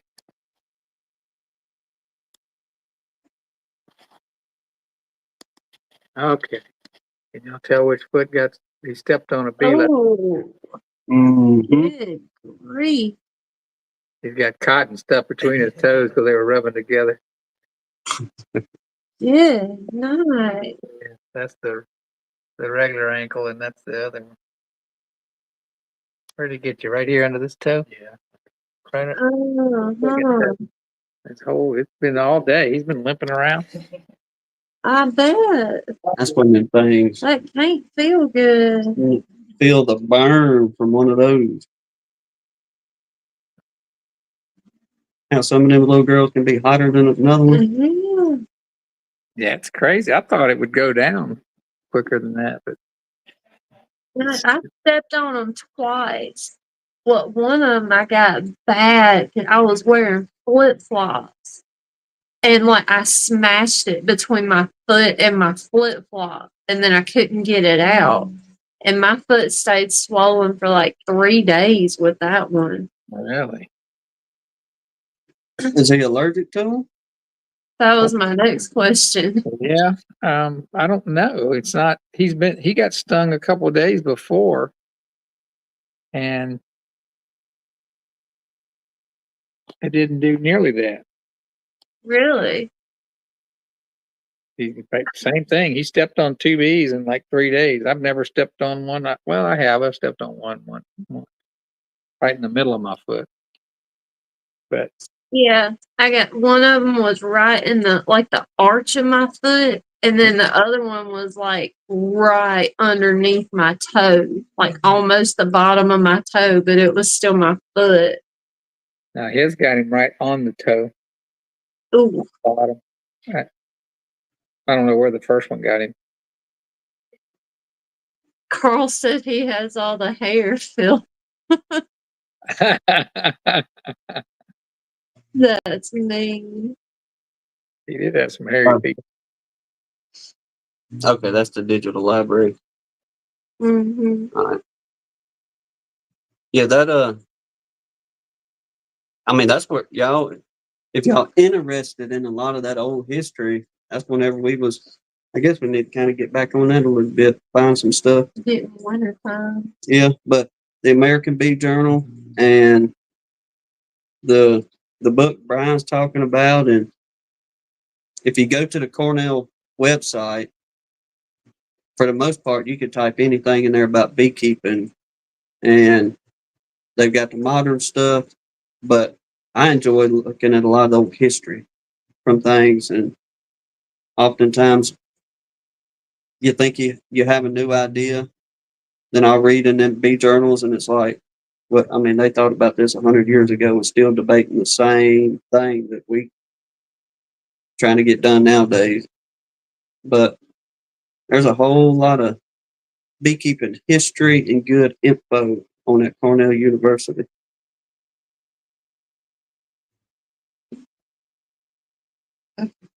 Mr. Mark said, pack your boot full of red man. I'd pull it out of there. Ooh, you talk about expensive. Good grief.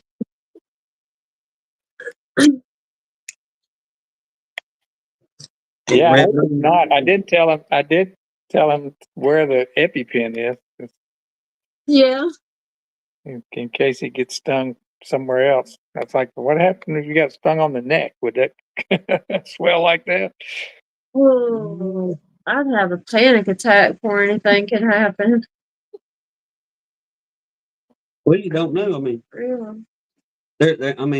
everybody out here has been fooling with the bees, but y'all can probably testify to this as well. But it'd be like sometimes you get popped and you know they got you good, and you won't even hardly swell. Mm-hmm. Then 2 days later, you go out there and get popped on, we'll say the other hand. And it swells up like you put a Yeah, exactly. airline on it. I know he got hit hard because I was on the live chat with Joey last night when he stepped on it, and he said some choice words and was carrying on, and I had to mute it real fast. It was hurting, and I know when I get hit, and it hurts real bad. You know that one's going to swell. When it really hurts right away, Mm-hmm. you can just tell how much they got you. Oh yeah. You're not wearing. There's bees under your feet over there walking out that door. Okay, he's wearing shoes. He ain't taking that Yeah. chance again. I don't blame you. I remember being a little fella. I probably wasn't 6 or 7 years old, but get back to the Yellow Jackets for a second. At Mom and Daddy's old house, for some reason, every single year, the Yellow Jackets was bad at Mom and Daddy's. And Daddy always go out there and just put the gas to them. And if we go out there at nighttime, unalive them, go back inside, mission complete. But Daddy kept saying, I think they got an escape hole somewhere. And we looked around and couldn't find no kind of escape hole. Well, he said, all right, tonight we're going to go out there and we're going to take care of business. So just like a young son following right behind his daddy, boy, here I go out the door and we're going to take care of things. Well, I went barefooted and daddy poured that gas down that main chute for them yellow jackets. And all of a sudden they come out of another spot and they done me like they done your son. They tore the bottom of my feet up and I went to screaming. And the only thing I remember my daddy saying was, well, there they are. You found him. Good job, I son. found them. You got that special talent. That's what he brung you out there for. Mm-hmm. Help me with this. Hey, did he say stand right here? Yeah. Pour the gas in. Mhm. Let me place you where I need you, son. I mean, I knew I was taken care of because it wasn't too long after that, as a youngin', again, I fell off my bicycle and busted my chin. And I remember coming into the house holding my hand under my chin and blood was just running out of it. And when I come walking through the door, I looked at my daddy and I looked at my mama, and mama ain't a panicker, but daddy's words was, get off the doggone carpet with all that blood. You need to go get in the tub. Mhm. You know, mama, she's trying to get rags and stuff like that together, but daddy just, straight up, get off the carpet. He's like, I don't want to clean that up. Yeah. I love you, though. Mm-hmm. That's Yeah. a tough love we talk about. Did your mom ever make you stand out and hose the mud off of you with a water hose? Yes, sir. Yeah, Oh, yeah. Oh my gosh. all the time. I don't Didn't know matter why. how cold it was. That was like the worst experience, it seemed like. You'd think it'd be fun, but that water hurt and it was cold and Yeah, it was cold. blasting you.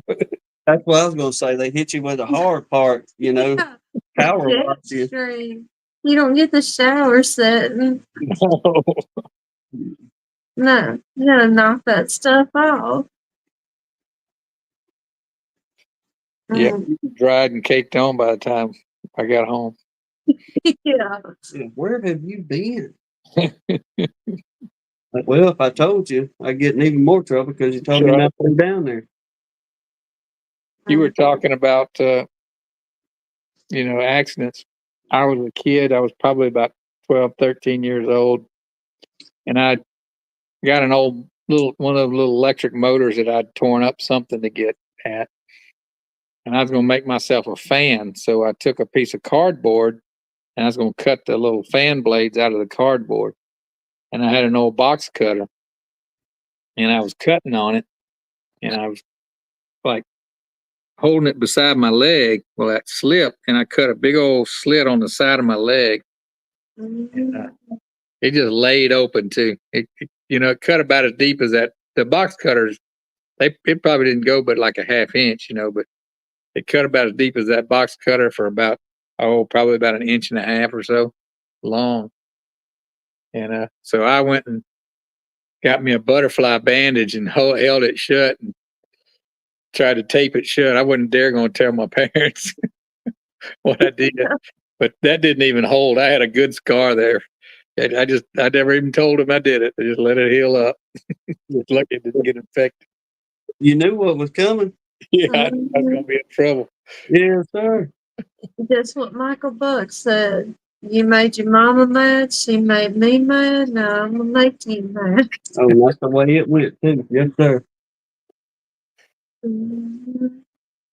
Wouldn't trade it, though. But, Dude has kicked every pillow off before. yeah, we couldn't wrap it up, too. I went, what, Lord, we 2:35. Mm. Yeah, this daylight savings time got me tired, man. On my watch it says it's 10:30. Oh, I'm glad you said that. I wanted to thank the government for giving that to us. That way, You pushed the wrong button, Philip. Well, Talking about daylight savings I time. know Here we go that. again. I didn't know. I didn't know I was hitting a nerve there. well, I mean, Alabama was supposed to be done with all that. They had a bill and whatever else supposed to go up there, and apparently whoever was over the town said no, and it never did pass. But I wish they would just put it on one and leave it there. Yeah. Yeah, because I mean, my mornings are often, I don't know why, but I don't know if it's some of that fourth watch, as I've been trying to pick up on in some scripture, the Lord trying to talk to me or what. But 3 a.m., buddy, I'm bright eyed and bushy tailed No, until you're awake and out of bed, but nothing about you is bright eyed and bushy tailed at that time of the morning. I'm up. I get up pretty early. It's not. I wake up at 3, but I make myself go back to sleep. Mm, That's my hardest part, is going back to sleep. I'll get up, come in here with a recliner, and I'll flip through YouTube for an hour or so, and I may doze until, Mhm. I don't know, the alarm clocks usually go off 5 or 5:30, but most oftentimes it's just I'm sitting in here watching something on YouTube until the alarm goes off for her to get up. I I'm so happy when I wake up and I look at my watch and it's close to 5 a.m. because I'm like, okay, I don't have to make myself go back to sleep. I can I go ahead and get on. slept in this morning.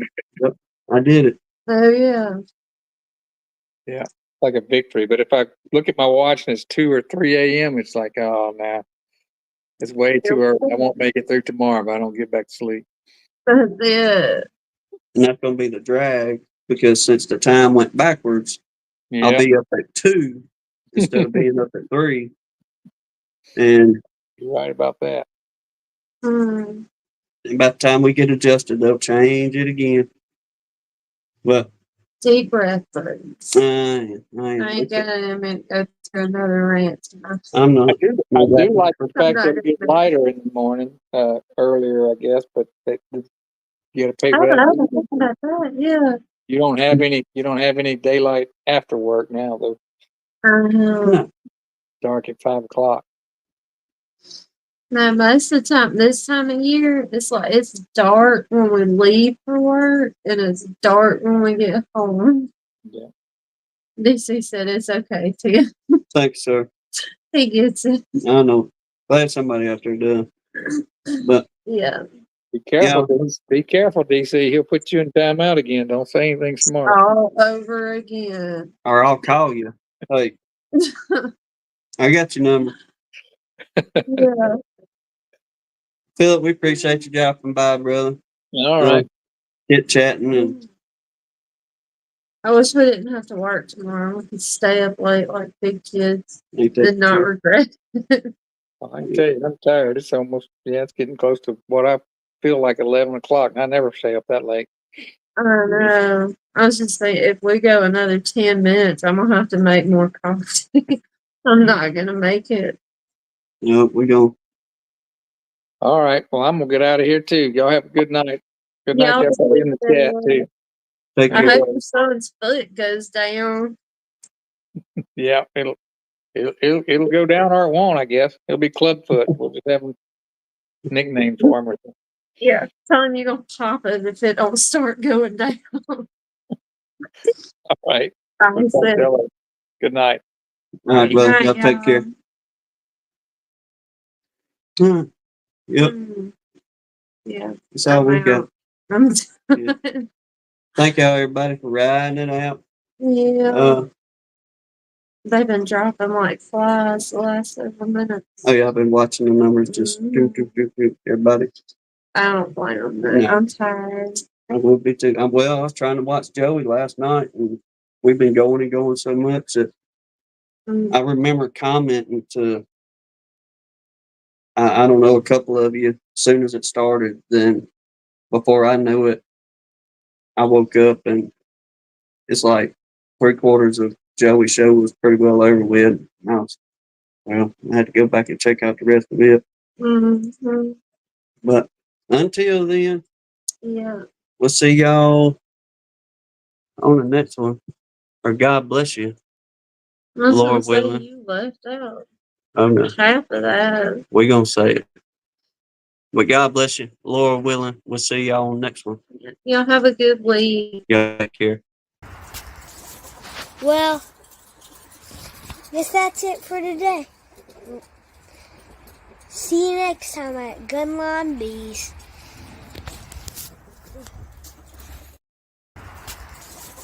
Well, guess that's it for today.